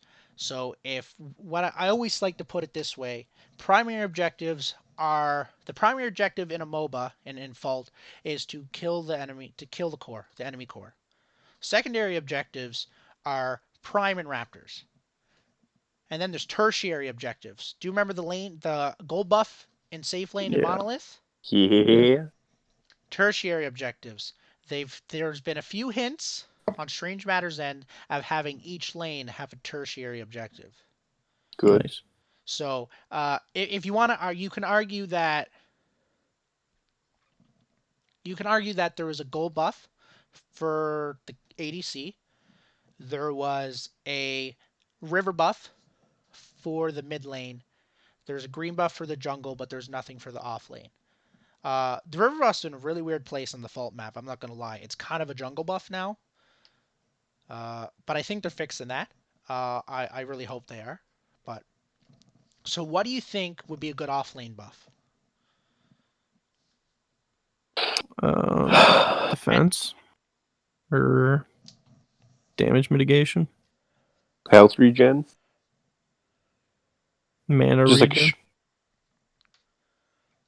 I guess it depends cooldown, on like what those ability characters cooldowns. like. If they're going to end up being more like just with whatever reworked abilities or passives they have, like what's going to be the most beneficial for those characters. But the What only if it's problem is tower repair? if you make it, I like tower repair. Why I don't like an armor buff, let's say. Yeah. What if you're playing Countess? Why do I care that I have more armor? Like in all reality, like it's nice to have, but is it Yeah. really gonna help me be a better player, be a better character? You could withstand enough hits to land your ult. I don't know. That's true. That's true. But you know what I mean, right? Yeah, because for her, once she gets that ult off, she gets Yeah. health. You know what I mean? And in Fault, they're going back to the legacy way. So safe lane is the dual lane now. It's Yeah, support yeah, carry versus support carry, not this 2 versus 1 thing. yeah. Oh, you So didn't like that, did you? uh, I wasn't a big fan, no, because I just wasn't. I just wasn't a big fan. Yeah, it was kind of like go play off lane. It's like okay, cool, and you have to if you wanted to Let me play get like shit on for the first 10 minutes to Yeah. come Again, your alive. only goal was to hold the lane as long as humanly it possible felt like before your yeah, jungler could come gank one person, Yeah. and then you it felt just like chase after Narbash. the end of the two towers when they're like holding Helm's Deep. That's literally how it felt. I was like, yeah, they're gonna get in at some point, but it's like if the way I always thought about it, if I held that tower for 5 minutes, we were probably gonna win. And it's, if they went down before that, I was always like, yeah, we're fucked. Like, Yeah. Yeah. but my logic is not sound, so don't mind me. Um, so I think a good offlane buff. I think I really like the idea of tower regeneration. Yeah, that's big. Get a Because little construction hat. yeah, or I think I would like to look at it a different way. Instead of doing tower regen, I would like to do tower attack. Because when you're in an off lane, it's usually just two big beefy shields swinging at people. Usually, like of course you might have an assassin or you might have a revenant there for whatever God knows whatever, because Suki decides he's good enough to play revenant anywhere. Uh, and um, but I think tower damage might be a bit better, simply because what if your tower's full? Mm. Why are you going for the objective then? Yeah, I guess at that point, no matter what, Or it could bonus allow you to tower damage is leave. always going to be It could allow you to beneficial. leave lane because you know that even that little bit of damage you're gonna get, you can get back and then heal it up. Hmm, Do you know what I mean? that's true. So yeah, that actually might be because, or what if it gave not tower regen, but it gave tower armor? Yeah. Just a So bonus shield, so yeah, it just they have to get rid of that It shield adds before they can start like doing in physical Kingdom damage. Hearts it's a where bit you harder to the little kill. squares like another health bar. Yeah, yeah. Yeah, adding a little square to the tower. That actually might be a really cool idea. I'm full of those fucking things, bro. Okay, so let's say it's not tower armor or tower damage. Uh, what else? What else would you put in Makes off your lane? dick big. um, This is difficult listen, now. Look, I this. got my priorities. uh, Okay. what I would do is, I think I would do something as I would make the tertiary to make the tertiary objective always viable because because the way if you make it a tower, I just thought of this. Once the tower falls, that buff is useless. No one's ever touching the offlane buff again, unless it makes all Uh, towers. yeah, I Then think it would affect like inhibitors and stuff too. oh, okay. And so you would have to go out into the map to get it and then come back. Mm. And what if it wasn't a timed thing? It becomes like an activated buff that you can activate it when you get to a Just add tower. that little bit of extra skill of it being activated. Yeah, instead of because like if you wanted to use it on your far right inhibitor, but you have to go to your far left lane to get it, Hmm. you can just have it on your character, and if you die, you lose it or something. Oh, awesome. Yeah. And that actually is really cool. I actually think that's really cool. Uh, Thanks.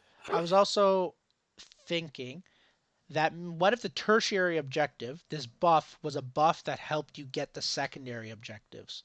So it made the Raptors slightly weaker Hmm. for Bonus your damage to specific team. dinosaur characters. Yeah. You heard it here, folks. Strange Matter Studios' first original character is going to be Greymon. We gotta get the copyrights Yeah, for or Greymon. Godzilla. That would appeal to the Asian demographic. You wanna know why They that's love really cool, Godzilla. actually? Because in One Piece right now, we're in the Wano arc, in the manga and the anime, The and that's what? like the samurai arc, is what it is. So remember back in like 500 AC, you know how Japan used to be like samurai used to be like a actual job. Yeah. So basically, the Wano Island is the samurai era. Hmm. But the big pirate that Luffy's trying to kill, um, he's called the Beast. He's the captain of the Beast Pirates, so everyone can transform into a different kind of animal. And Hmm. they've been showing like the top 6 Beast Pirates, with the exception of the captain, because he's not a part of it. He's just the captain. 3 out of 6 of them are T Rexes Fuck yeah. for whatever reason. I guess Oda really likes. Anywho, that's for all the One Piece lovers out there. That's my take. Nice. Okay, so in the off lane, let's say that's the thing. What do you guys think with the mid lane for tertiary objective? Do you think it should just be same old river buff? Um. Yeah. Mana regen. You Okay. don't have to go back to base to get in another pot. Or what if there was okay? Can you in Fault access the item store in lane? No, you have to go back What to if there was a base. buff that let you buy things in lane for like a window of time? Whoa. Because remember, in my honest opinion, the most valuable like So instead of currency in having the to, game wow. is time, right? Yeah. So you don't get, the health regen, you don't get the mana regen from going back, but it's the idea of you get that buff of a new card or a new item or a new, you know what I mean? You can buy pots and like, you Yeah, and I have guess that it wouldn't be too broken either, because again, both people in mid lane have access to that. yeah. And you could, have lore things where it's like a little robot that like gadget made, like drone strikes it in and Hmm.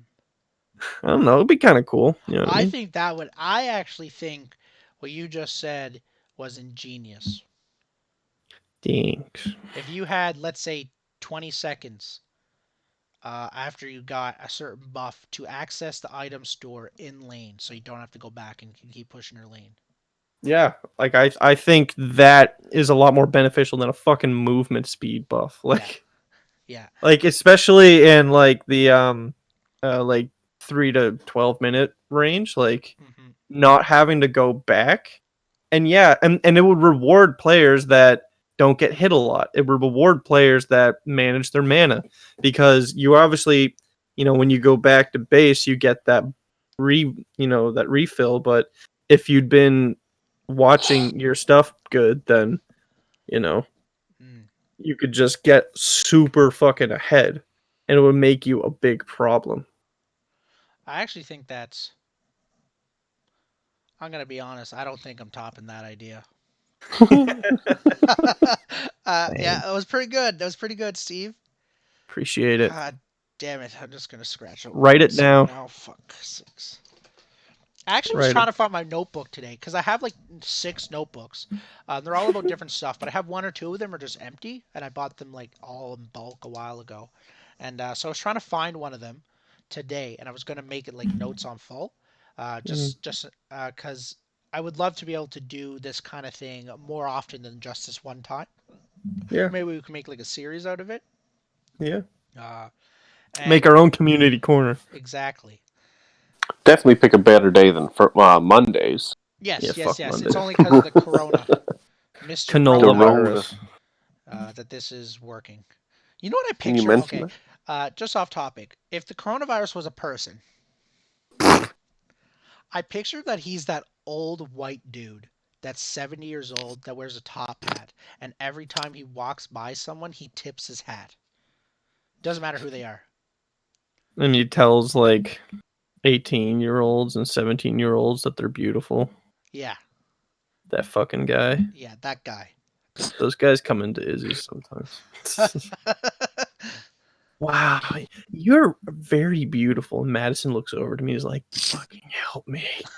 And I was like, "Hi there, sir. I can ring you in." He's like upset that like Madison's not ringing him in. He's like, Yeah. "You're fucking weird, buddy." Anyways, that's just a little rant. Um, Don't mind me. okay. So I'm gonna try to describe to you guys, because I know you guys didn't have the opportunity to play any of the weekends, which is kind of unfortunate. But I want to just describe to you guys where the river buff is. So you know how there's a river going down the middle of the map. You know where the Yeah, I off. mean, we can see the map right now on I was the gonna say, screen. can you find it somewhere in your Oh yeah, stream? yeah, At any yeah. point, do you go to it? Yes, I Or you do. can just like point to it. Is it because the purple spot is prime, right? Okay, yeah, that's what we'll do. Actually, it might be. Yeah, even just move your cursor on the little mini map and just point to where it is, like a whiteboard. Yeah, it's over here. It's this blue dot. So this is where the river is, right here, and this is But where it, the it's this is where it's the the river blue buff is. circle. Yeah. So there's a river buff here and a river buff here. So it's Huh. in the off jungle. Oh, Yeah. Right in the heart of the off jungle. So odd. that's why I said earlier that the mid laners aren't really grabbing it because they have to go behind their tier 1 tower. So it's more of a jungle buff than it is a Yeah. mid laner buff. Okay. Which I think is kind of unfortunate. I just think it's just will be as simple as move it. Do you think the mid laner should have the RNG like they did in Paragon of the black buff, blue buff, purple buff? Sorry, you cut out. Say that one more time. Do you think you remember how in Paragon there was different buffs for the river buff and it was RNG Yes. based? Do you think that should come back default in the mid lane, or do you think it Um, should just be the one buff? it's okay to have RNG, but like, please, like, just make all the buffs helpful. Yeah, I actually think that idea of your item shop in the mid lane is even more crucial than it will ever be in an off lane in one of the side lanes because how Yeah, quick the minions move to the lane. yeah, and like because that's another thing too. When you're not in lane, that's last hits you're not getting. Yeah. So that might actually be a better buff for the off lane. Gee, hmm wow. So now we're moving on to that. Now we're going to move on to the safe lane. What is the safe lane buff? And we're not making it the gold buff. We're not just going to give the carry more gold. Yeah, It has to be something that benefits the support and the carry. health region, Hmm. or like a stun Stun. Whoa, a stun. That actually might be really good. and like an activated stun Yeah, an activated stun. that you Uh, can only use once. yeah, that only has a one-time use. It's activated, uh, It and can it can be hidden, like a hidden buff, so you don't know if the support or the ADC has it. yeah, you don't know who has it. And then as the game goes on, maybe the buff becomes longer and longer. Yeah, So like it might be the more times it gets the little bug gets killed, like the whole like natural selection thing. yeah, the natural selection thing that we talked about occurs, and it goes from being a half a second stun to a 2 second root by the end of it. Hmm. Or maybe you know what would be a really good offlane buff? I just thought of this now. What if there was a buff that stopped the enemy from using abilities, one-time use activation, A silence. a silence? Yeah, sure. That would be really helpful. So, I Shut just those thought of something. motherfuckers up. Just when you guys talked about this whole natural selection thing. What would happen? Because again, I know we all love this game. We would play it hours on end. but I don't think anyone can sit down and say they want to play one match for an hour, correct? No one wants to do that. So, what would happen? So, all these buffs we're talking about through the map, regardless of what they do, let's just say at certain timestamps through the game, the buffs get buffed. So let's say like you had one that you guys are talking about, a stun. So just naturally in the first 15 minutes, it's a 1-2 second stun. Then you hit a half an hour in. Now all of a sudden it's a 3-4 second stun. Yeah, just make And the then you're fucking hitting game go over. 45. You're 45 minutes in. You're dang well gonna have a 5 second stun. You're gonna root them there. You're gonna remove them so you can Yeah. finish the game. I actually think that's a really good idea. But I But think any of the buffs, yeah, you just but I think adding overtime buff.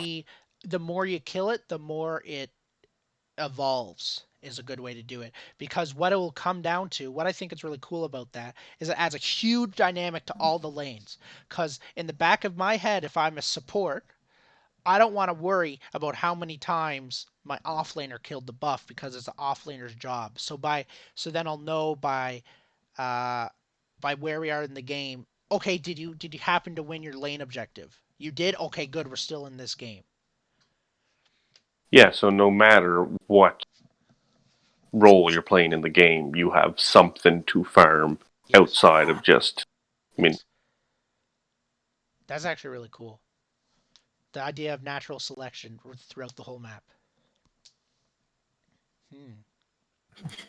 I love how we're saying natural selection. That's how it is now. that's So the what do you term guys I'm think? going with. What do you Everyone guys think knows. about the red buff, the burn damage buff that's already in the map and it's for the jungler? I mean, I'd like if it was just. I don't know. Do you think that should Something get like that is natural nice, selected? but like, how much does it actually benefit? Oh, it benefits a lot. Every basic attack you land, you do burn damage on How an long enemy does the hero. burn last? I guess. Oh, that's a good question. I don't know the stats. Strange It's a Matter has nice not dot. released any analytics. Because that's going to Keeping be the all the other thing. data Like to themselves, like we're Epic. definitely going to have like We need with to a know. game like this that goes so in depth where you're Yeah, micromanaging numbers, like you need to know we the need to assets of like we need every to know the single numbers. possible variable. By early access, I'm hoping Strange Matter will have some kind of numbers for us to look at. It'd be helpful, yeah. Even if those numbers change on a daily because they're still balancing, I need to know the numbers, and because I need to know how much damage I'm doing, because sometimes that can be the difference between me deciding to gank someone and gank and not. Simple as that. Uh, but what do you think about the red buff? So what if the red buff naturally selected itself and Hmm. evolved? Um, and so now we're doing extra burn damage. Do you think that's a good way? Do you think that's a good idea, or do you think it's not a good idea? I think it helps legitimize um um objectives throughout the whole game. Hmm. Because at a certain point, like obviously you don't want it to become. Do you also think that maybe like if the buff gets stronger, make the cooldown long for its respawn? I actually think that, yeah. I really like the idea. Remember how in Improv, Steve, raising the stakes? And like Yeah, that's really what makes a good story. If we yeah, consider a match of Fault a story, these buffs evolving is a way to raise the stakes. And yeah. I really think that's I just think it'll add so much depth to the game. And we're only Yeah, and getting to you the just get surface some sort of of indicator, like you just like naturally, let's say, hovering above it, like you know if it's the difference between a tier 1 red buff and a tier 6. yeah, exactly. And I don't think it should be in your HUD if it's a tier 1 buff, with the exception of the Prime and Raptors. Yeah. But I think the tertiary objectives, the second you look at it, you should know what level it's at. Mm. Now, so let's Or do you say guys think that should be up to the player to research and find out themselves? Well, here's the thing. So let's say you've been doing your part and you've been farming your buff. Hmm. Can let's say you get it up to tier 6. Does that mean anyone in the game when they kill that gets tier 6, or is it just you? It's just the person that gets the buff, I think, is what we're going with. The tertiary objectives are only for the No, people but I that mean, let's get the say buff. somebody for whatever reason completely leaves their lane and they go and take your buff, like someone on your team, let's say. Hmm. For whatever reason, let's say the off lane goes and takes the mid lane's buff. Does the off lane get a tier 6 buff, or because they haven't been farming it, they get a tier 1? Or let's say the enemy team comes in and they haven't been farming theirs at all, but they kill yours and it's at tier 6.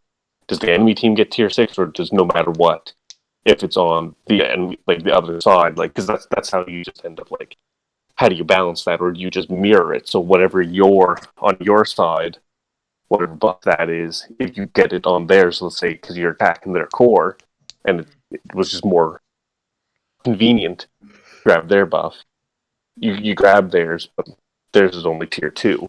Like you'd kind of have to have it no matter what. Like you're leveling up Uh, all I of your buffs. I really like the If we're going to say idea level up. that there's a risk involved with leveling up your buff. The risk being that the enemy heroes can grab your buff and Okay, fair steal it enough. from you. I think it adds a bit Yeah, of competitiveness, and I think it may even add a level of dynamic where I'm not grabbing my buff because I want to grab theirs. yeah. And you can just avoid them if they get them. Well, You and know what I most mean? times Like these buffs are getting, literally only yeah, like 1-2 hit anyway, so it's Yeah. neither here. It's not like dedicating a bunch of time to go get it. It's just the fact that every single time you go in lane, you need to make sure you grab it so they don't. yeah. Mhm. But does that just trivialize going into lane? Like, are you adding too many steps just to get to your lane?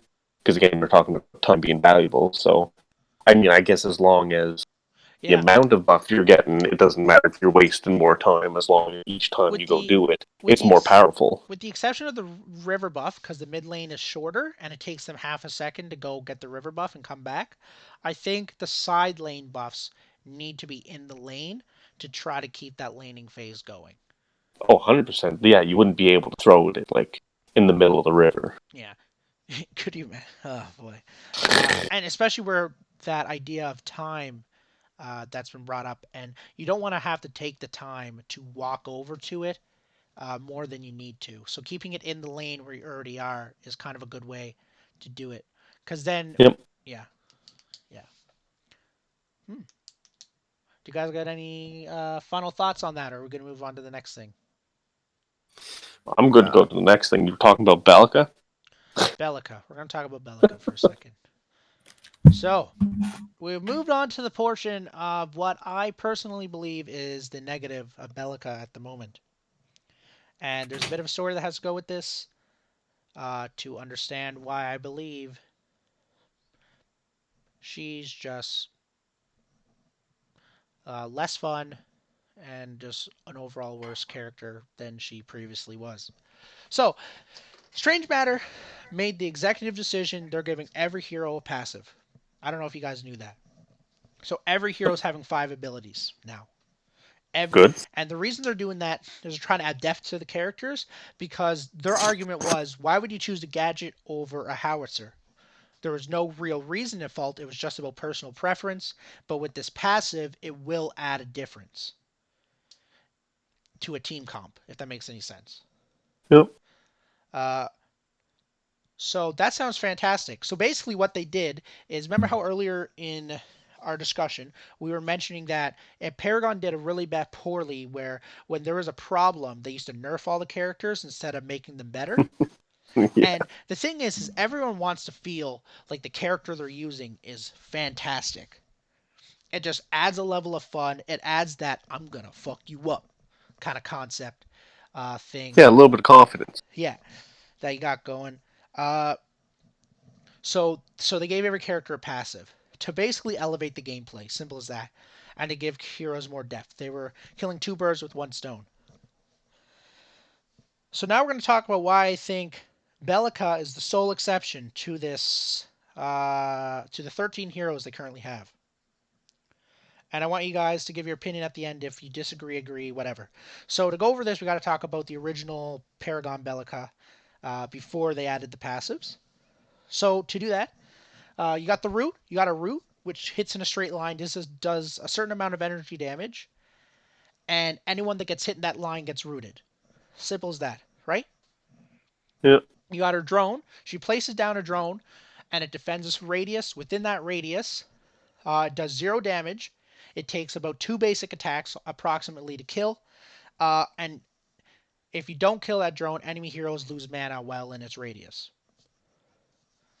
You got her AoE ability, which after a short delay, it just deals damage. Simple as that. It's a very small AoE. Wasn't there an aspect of the drone that if you used an ability while you were in the radius, it like zapped you? You remember that? Maybe. I was pretty sure that was a thing.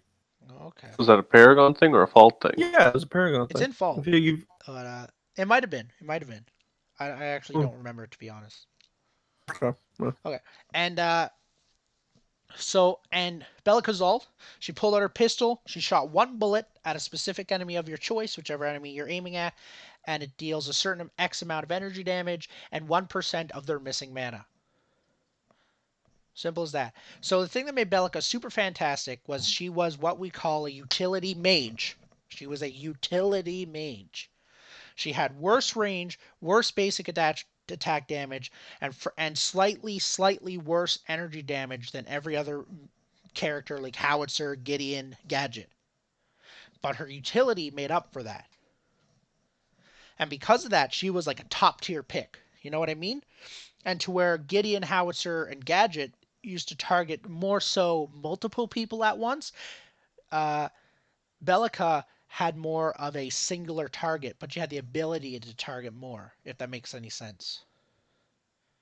So that's why she was played in the off lane a lot, because she was very good at making one character rendered useless. So that sounds awesome. So they decided that they were going to change it, and this is how they changed it. They added her passive. Her passive now in full is that her drone follows her around the map. So from the second the map starts, her drone's in the top left corner, and every time you land a basic attack, it deals energy damage to whatever you're attacking. Sounds pretty good. She deals extra energy damage. Every time she lands a basic, her basics were always useless, so now they're a bit more better. They're just a bit better, right? Yep. But that's not all they changed. They kept her ult the same, they kept her root the same, and they kept her AoE the same. No, her AoE is slightly different. So her AoE ability now uh, gives it it gives 1% of your missing mana back to you for the amount of damage you did. If that makes any sense. Does it make sense? Yeah. Yeah. Okay. And then her command drone, you still place it on the ground, but instead of it taking away mana, they scrap that all together, and every time a hero uses an ability within the drone's radius, it deals energy damage to them. The drone is indestructible, but only lasts for 4 seconds. So it's a 4-second ability. 4 seconds. Okay. So So, how are you going to trap somebody in 4 seconds? so I'm going to tell you why I think this is bad. Number one, they took away her missing mana. They did that because uh, the developers of Fault, uh, pull. What was that person's name, Steve? That said, no, the stats show this. Cameron. They kind of pulled a Cameron a little bit. No offense to Strange Matter. And they said taking away an enemy hero's mana has been proven not to be fun, and it takes away from competitive gameplay. So that's why they scrapped it. Okay, fair enough if that's what they believe. I believe in their decision. I actually really believe that Strange Matter is doing fantastic, and I'm going to support them Anyway, I just kind of, I really do believe in them a lot.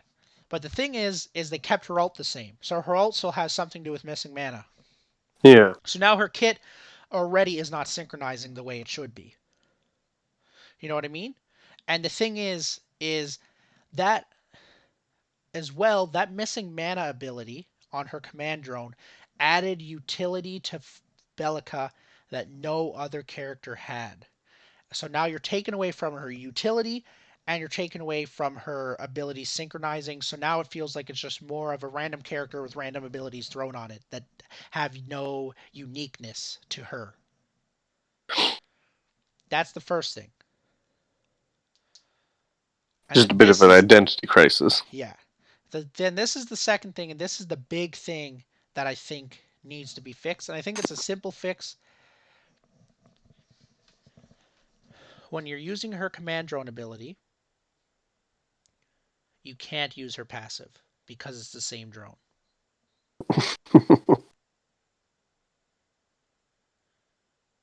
You cannot deal energy damage by hitting basic attacks and deal energy damage by the enemies doing abilities at the same time. Hmm. So why I believe that is an issue is because if you take Gideon, for example, he now has 5 abilities that work in every single situation no matter what. And he also has his ult, which is probably the best ult in the bloody game.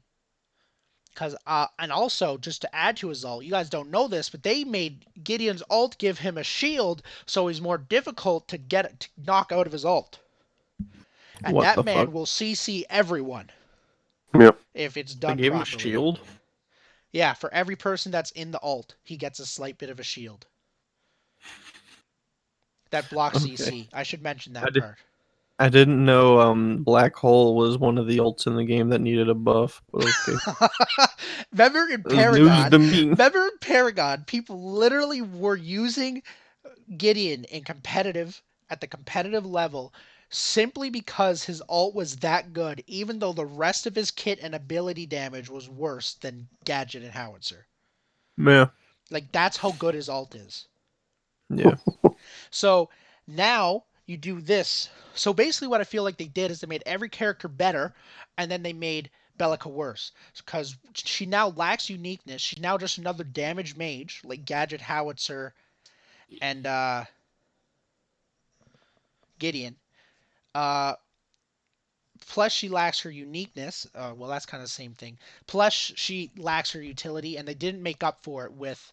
And I don't believe giving her more mana is making up for it. Like you taking away mana. Because taking away mana is way more effective than gaining more mana.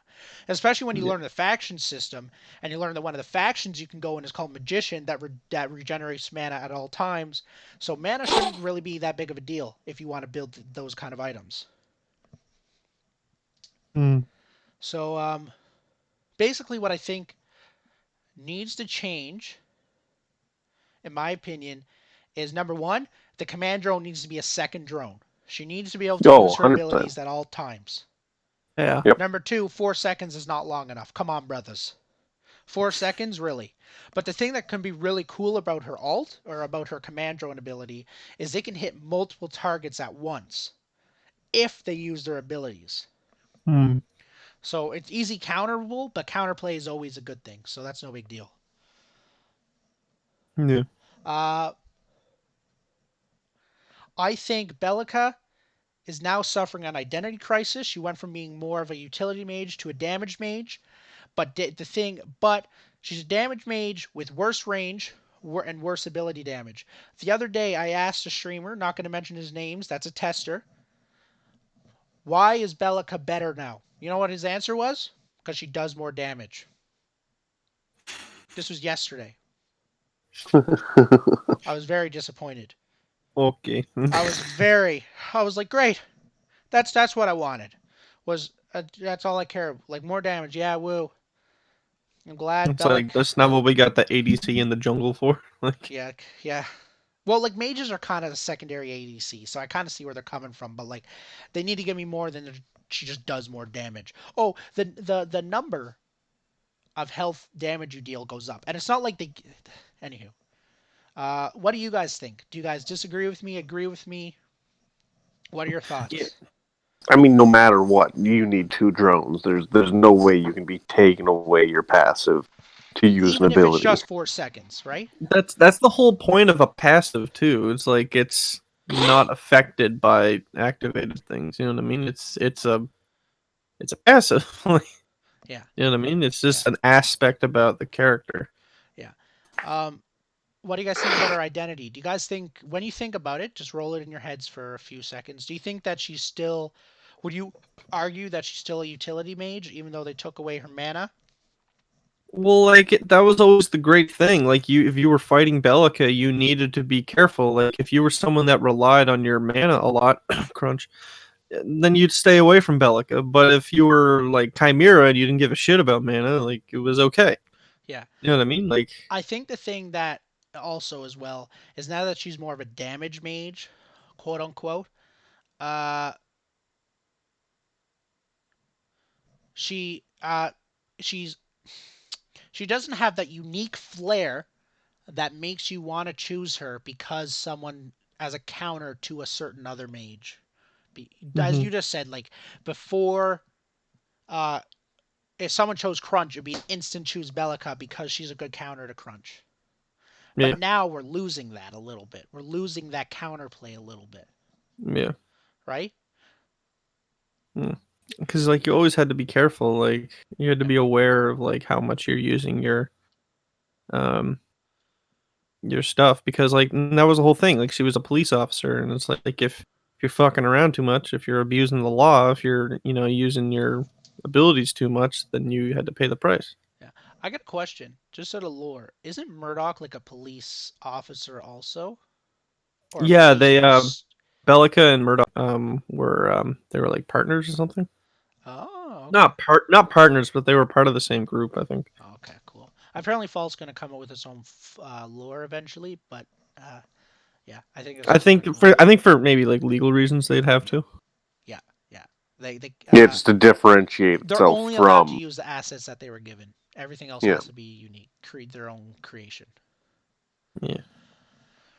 Um. So But I'll just to be. Uh. I forget what the saying is, but just to say, let's just say you guys disagreed with me, for example. Uh. Devil's advocate. Yeah, just to be her devil's advocate, she still has her root and she still does have her AoE, and her alt is the same. So, in that sense, would you argue that maybe she is still a utility mage? Um, Or let's put it another way. Do you think adding the ability to her AoE that she gains more mana, do you think that makes up for the ability of missing mana? Do you think I adding definitely more feel like, mana? again, that's sort of the whole bounds thing again, instead of like debuffing somebody by taking stuff away. Like, it's again, like that's sort of the approach you take, is by adding things. If it's you are like going to rework it, you need to not just take things away, but actually add something Yeah. of substantial value. And I really do believe strange matter. You know what? Having the ability of missing of taking away mana from enemy heroes might be really garbage, as it just makes it so heroes can't use their abilities, right? It might truly make it less fun. Okay, I can see where they're going with that. I think it's still a unique idea, but I believe in them on that one. Okay, fine, you took it away. I'm good with that. I can live with that. I'll be okay. My nostalgia kind of took a punch, but I'll be okay. yeah. Uh, But you still have to make the choice to run into the field that the robot's in, correct? yeah, In order to lose your mana. So, I mean, like, it's just another Well, I mean, consequence to your action. and it and the wasn't like whole it was point was like difficult to locking kill down either. areas. Yeah, like that was like lane control and stuff. Yeah, in a Yeah, one it's if on you wanted to stop somebody from pushing at you, you went, well, I'm going to take Be some of your like push mana if you want forward, to chase me. and they'll be like, fine, I'll need my mana, and then you'd be like, all right, and they'll just ult you. Like, yeah, you know what I mean? It was the idea of like, like quarantine area, like a police officer holding down an area. Like if you move forward, like you'll use the full And again, I extent of guess the if you law. only make it last 4 seconds anyways, why does it matter what it does? Yeah. chances are you're not going to hit them in that 4 seconds. Unless, again, they're chasing you and you're only using it to slow them down or prevent them to doing, like, any type of stun ability while they're chasing you. Yeah. So And I guess you could use it in a team fight, like if you throw it in the middle of a team fight when everyone's popping off. Yeah. but on the other hand, if you were a crunch, Steve, or whoever, how shitty would it feel when you know you couldn't get off that one extra ability because Bellica took your mana away? Well, I mean, it was kind of the whole I thing. was Like, going to say, that's the reality of playing Crunch. that's the reality. Like, but you got to keep in mind, Bellica was like the only person that you had to worry about. Like, she was really one of the only hard counters to Crunch. Like in terms of like Crunch's abilities, there was never anyone like people just dealing more damage than Crunch isn't a hard counter in my opinion. A hard counter takes the essence of the character and makes that their weakness because you're fighting a certain character. You know what I mean? I And understand. so like I feel like now it's just like okay, now just another character to out damage Crunch. Great. Like okay. I don't know, that's just how I feel. Yeah. Uh, and I think I've already mentioned this, but I do not believe that giving her the ability to gain more mana is sufficient enough as taking away mana. Yeah, I Because agree. giving her mana doesn't mean she has better utility. No. Mhm. Wow, she has better mana regen. Whoop de doo. That doesn't give her more utility. Because the whole thing, you put down the drone and then you knock them up, and so that they're in the drone area a little bit longer. Like you put the bomb behind them, and they're not going to go to that because they don't want to take the damage. All the mana's gone, and then you ult them. Like you know what I mean? Like and then Yeah. poof, And everything's it also synergized gave up. her that real cool synergy with her kit, right? Yeah. And now it feels like her alt shouldn't be a part of her kit. It should be a part of whatever character. Even Well, though it's still a good ability, it just feels like it's not unique to her now. Um, and she lost a bit of her utility, but she didn't make it up in range, damage, or anything like that. She just yeah. um, she just kind of lost it. So we're all in agreement that her passive and her command drone have to work at the same time and not counteract each other, right? Yes. Yeah. Okay, so at least we got that down. That was kind of the main point. I'm glad we got that. And we're all in agreement that all that was done was uh, they just worsened her utility, which is fine, but there needs to be something to make up for it, and it can't just be damage, or we're just getting back into the idea of, why did you choose Bellica this game? Well, she's my favorite character. I'm one game away from my mastery with her. Not, why did you choose Bellica? Oh, because she has utility. She's a really good counter to Crunch, Yeah. right? Yeah.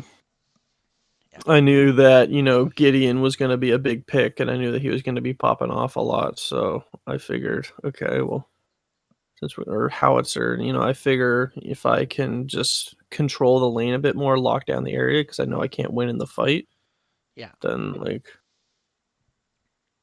But, yeah. So, I guess that's it on that.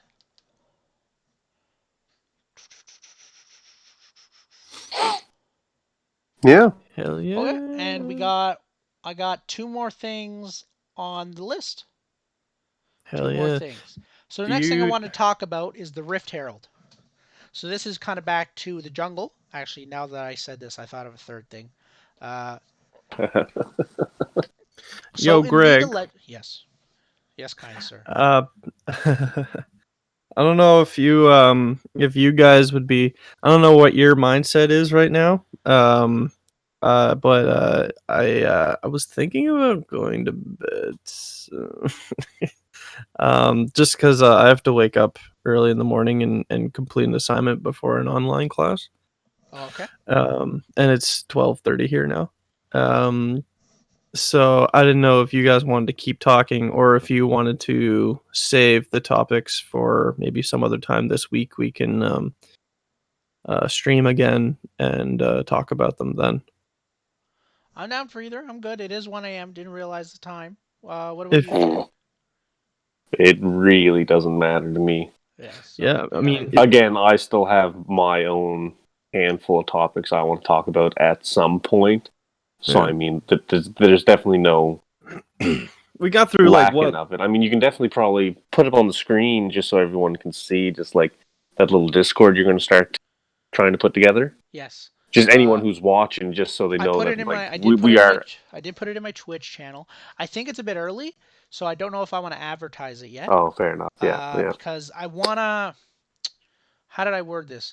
No one. I'm just a random schmuck in the community for the most part, Yeah. and I wanna try to solidify myself and you guys But I guess that's as kind of like as like a leading voice. I guess is a good way to put it.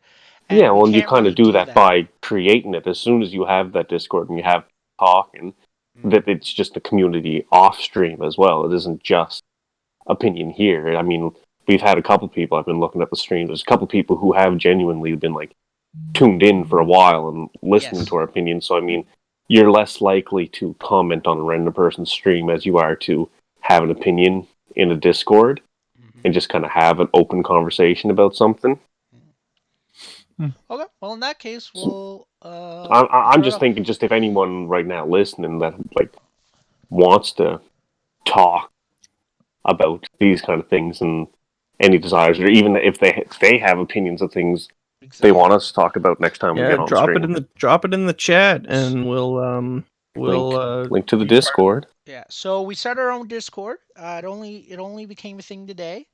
We're calling it the Faultarians. So we're gonna try to call ourselves the Faultarians, kind of like how when you live in Nova Scotia, you're called Nova Scotians. So we're the Faultarians. Hell yeah. So that's what we're calling it. And what it's going to be is about it's going to be more so about discussion based. And once the early access rolls around, it's going to be about hero kits, buffs, suggestions, team comps, finding people to play with, what you should do, uh, what you need to worry about as a mid laner, top laner, so on and so forth. And we're going to keep going through that, and it's going to evolve Yeah. as time goes on. So Yeah, maybe. I guess we're gonna end it here. We're just gonna say our goodbyes, our thank yous, and I hope everyone enjoyed the stream. If you guys have any comments or anything, please put it in the chat. If you enjoyed this, at this rate we plan on redoing it again. This is our first one, so please leave a follow. And I just wanted to give a huge shout out to Strange Matter, of course. I got to give a huge shout out to Strange Matter Shout out Strange Matter. At Strange Matter Studios on Twitter. They're super fantastic. I just thought of a fourth thing. There's something I didn't write down, but I wrote it down in the Twitter message I sent Chandler earlier. Yeah. I would Follow Stephen Reed at EssayRead on Twitter. Awesome. Follow Stephen Reed at Essay Twitter. Hey, look at that. Eventually, Steve and You gotta Chandler. follow if you there, guys, bud. Oh, Artistic Unleashed. Fuck yeah, bro. Welcome to the Moose Artistic Country. Unleashed. Thank you for the follow, Artistic. I'm glad you've been enjoying the stream. Fuck yeah, poggers, bro. So we're gonna keep doing this. Hope you enjoyed it, and Chandler, I'll pass it on to you. What are you passing on to me? Just say goodbye, goodbyes. dumb shit. No, you cannot say goodbye. I do not believe in goodbyes. Just Okay, say goodnight. I will Chandler see doesn't you believe later. in goodbyes, but he believes in I'll see you next time. Well, Follow- exactly. We follow want everyone to tune back in. Chandler. Like we want people to talk about this. Like I mean, nobody. I think that was the other thing that was so great about Paragon was people talking about a game that they were passionate about. Like it's such a niche thing that like you're not just going to randomly find people typically on the internet that like are actually going to be passionate about the same little crack in the whole game that you are. You can follow Chandler at Chan the Man. At Chan the Man on Instagram. You'll see a lot of car shit. And I'm just gonna pull this up on the stream. For anyone that hasn't seen it, this is Strange Matter Studios. I got permission to use it, so I'm gonna say that before anyone shoots me in the head. I just wanted to show the wallpaper that they sent me for the new Chimera skin. The moose. Oh, So you got the folder, bro. Yeah, so I got it up on the screen there. You can see it's called Bone Collector Chimera, and it's the first Nice. original skin the Fault has done so far, and I think it's pretty awesome. Well, Um, that's Yeah. 100% going to be what like the game needs is just again like something that yes. Help other legitimize it. games do where it's just like skins are just like reworked color Yeah. palettes. Like nobody wants that. Like you need to actually have a skin that like that's again for an example. Somebody like Grux that was so nice is that like you put on a different skin, you thought you were playing a different character. Yeah. It was Yeah. just cool how in depth you could go just from a I'm skin. gonna be honest. I saw this skin so in the tester stream. I actually saw someone use the Bone Collector the Bone Collector skin on Chimera. It looks fantastic. I really like. You know how Epic was so good at making skins, and like Mm. that's basically why Fortnite's successful. Fuck Their Fortnite. Strange Matter may be doing a better job than Epic did, and they have like two people. They have JQV and Balix. And Balix was a Paragon person too. He used to do that. He's been doing that for a while. JQV is a new person. He's pretty awesome though. I mean, the biggest thing that's going to really set this game apart from, like, let's say, an example, Paragon, like, just skins wise, like, because again, the engine speaks for itself. Like, you can make all the skins look beautiful. Hmm. I personally really want to see reactive skins. So, Yes. let's say, like, something like Sevarog, the more kills you get, it Ooh, changes. like a tier 3 skin kind of thing. That's Yeah, what I so call if it. all of a sudden, Yes. like, come end game when you're fully kitted, like, you feel ball, and not only are you hitting hard, but, like, you also just look like you're ready for the apocalypse. Awesome. What we plan on doing, guys, if this keeps continuing, which it looks like it is, we all talk to each other all the time, anyways, because we are best friends. So, something tells me it's going to continue. I have a webcam ordered, but because of COVID-19, Amazon's going to ship it out eventually. It's on its way, but we don't know when that is. Could be a year from now. So what we're going to try to do is try to move it to maybe Skype, or we're going to do something where people can see our faces. Mm-hmm. If Steve and Chandler are okay with that, of course. I'm definitely going to show my Yes. face. Oh Uh, yeah, for sure. uh, I love my face. I don't Maybe think we'll anyone else showcase will, some but of fuck it. Steven's music because Steven does create his own local music. Spotify, EssayRead, ESSAYREAD, All right. EssayRead. So yeah. Okay. And Steve, you're last to say your. I don't want to say goodbye because Chandler said not to. Eat ass. At least once. Oh. Um, and let's leave it at that. Awesome. All right. Just had to go there. Okay. Listen. If I wanted this to be a PG stream, well, it just got thrown out the window right there. Fuck Come on, PG. man. We're gonna Fuck swear. kids, man. Thank you for everyone that tuned into the stream. We're at almost 3 hours in. I'm probably gonna Jesus stream a bit Christ. later for myself. I'm probably gonna play a bit of Final Fantasy while I do this, and we're gonna come back to you within at a date to be announced, and we're gonna do this again. Thank you for tuning in, I'd everyone. say probably at least Friday, would you say? Jesus, he's making me write down a date. Alrighty, At least Friday. Friday, come on. I Steven? gotta be on a night that I gotta wake up at 5 a.m. the morning after. Okay, Come why? on. Jesus Christ, man. Okay, Thursday. Steve, I'm gonna put it to you this way: would you really be going to bed earlier than this? If I wake up at when I wake up at 5 a.m., I go to bed at 10:30. I remember, I remember you used to be the person that like I used to have to like I personally bought like a sledgehammer to punch Steven in the face with because he wouldn't wake up if he didn't get enough sleep. It's a Like, problem, dude. My body has a quota. And I, after 22 years, have learned that quota. yeah. Anywho, thank you everyone for tuning in. I love doing this kind of stuff. We're huge Fault people. We all came from console, so we're kind of console. I played console since I was 9 years Consoles, bro. old, or 6 years old or something. I remember playing this Nintendo, my dad's Nintendo, when I was 6. We're very new to PC. I don't even think. I think the only one here that really has one, but they'll get one eventually. I mean, technically, I used to play Paragon on my laptop, but I Yes. just don't know how that's going to work out with Fault. On Yes. potato settings. Like, So, Yeah, oh yeah, playing. minimum settings is what I had it on. it wasn't Anywho, even minimum setting. It's anywho, just flash thank you game. for tuning in. Thank I love you. you guys. And I love you too. Let's make this community flourish. We gotta get Hell yeah. Strange Matter. My goal is to get this to console and to get Strange Matter a job as a developer. That's it. Hell If yeah. I can do that, I will make it happen. I'll As give long you as you hundreds of bring Team dollars. Like, I Chat in, can't I give don't you give a so shit. much, but I'll make it happen. Anywho, that's all I want to say. I'm ending it now. Hell yeah. Bye bye. Bye bye.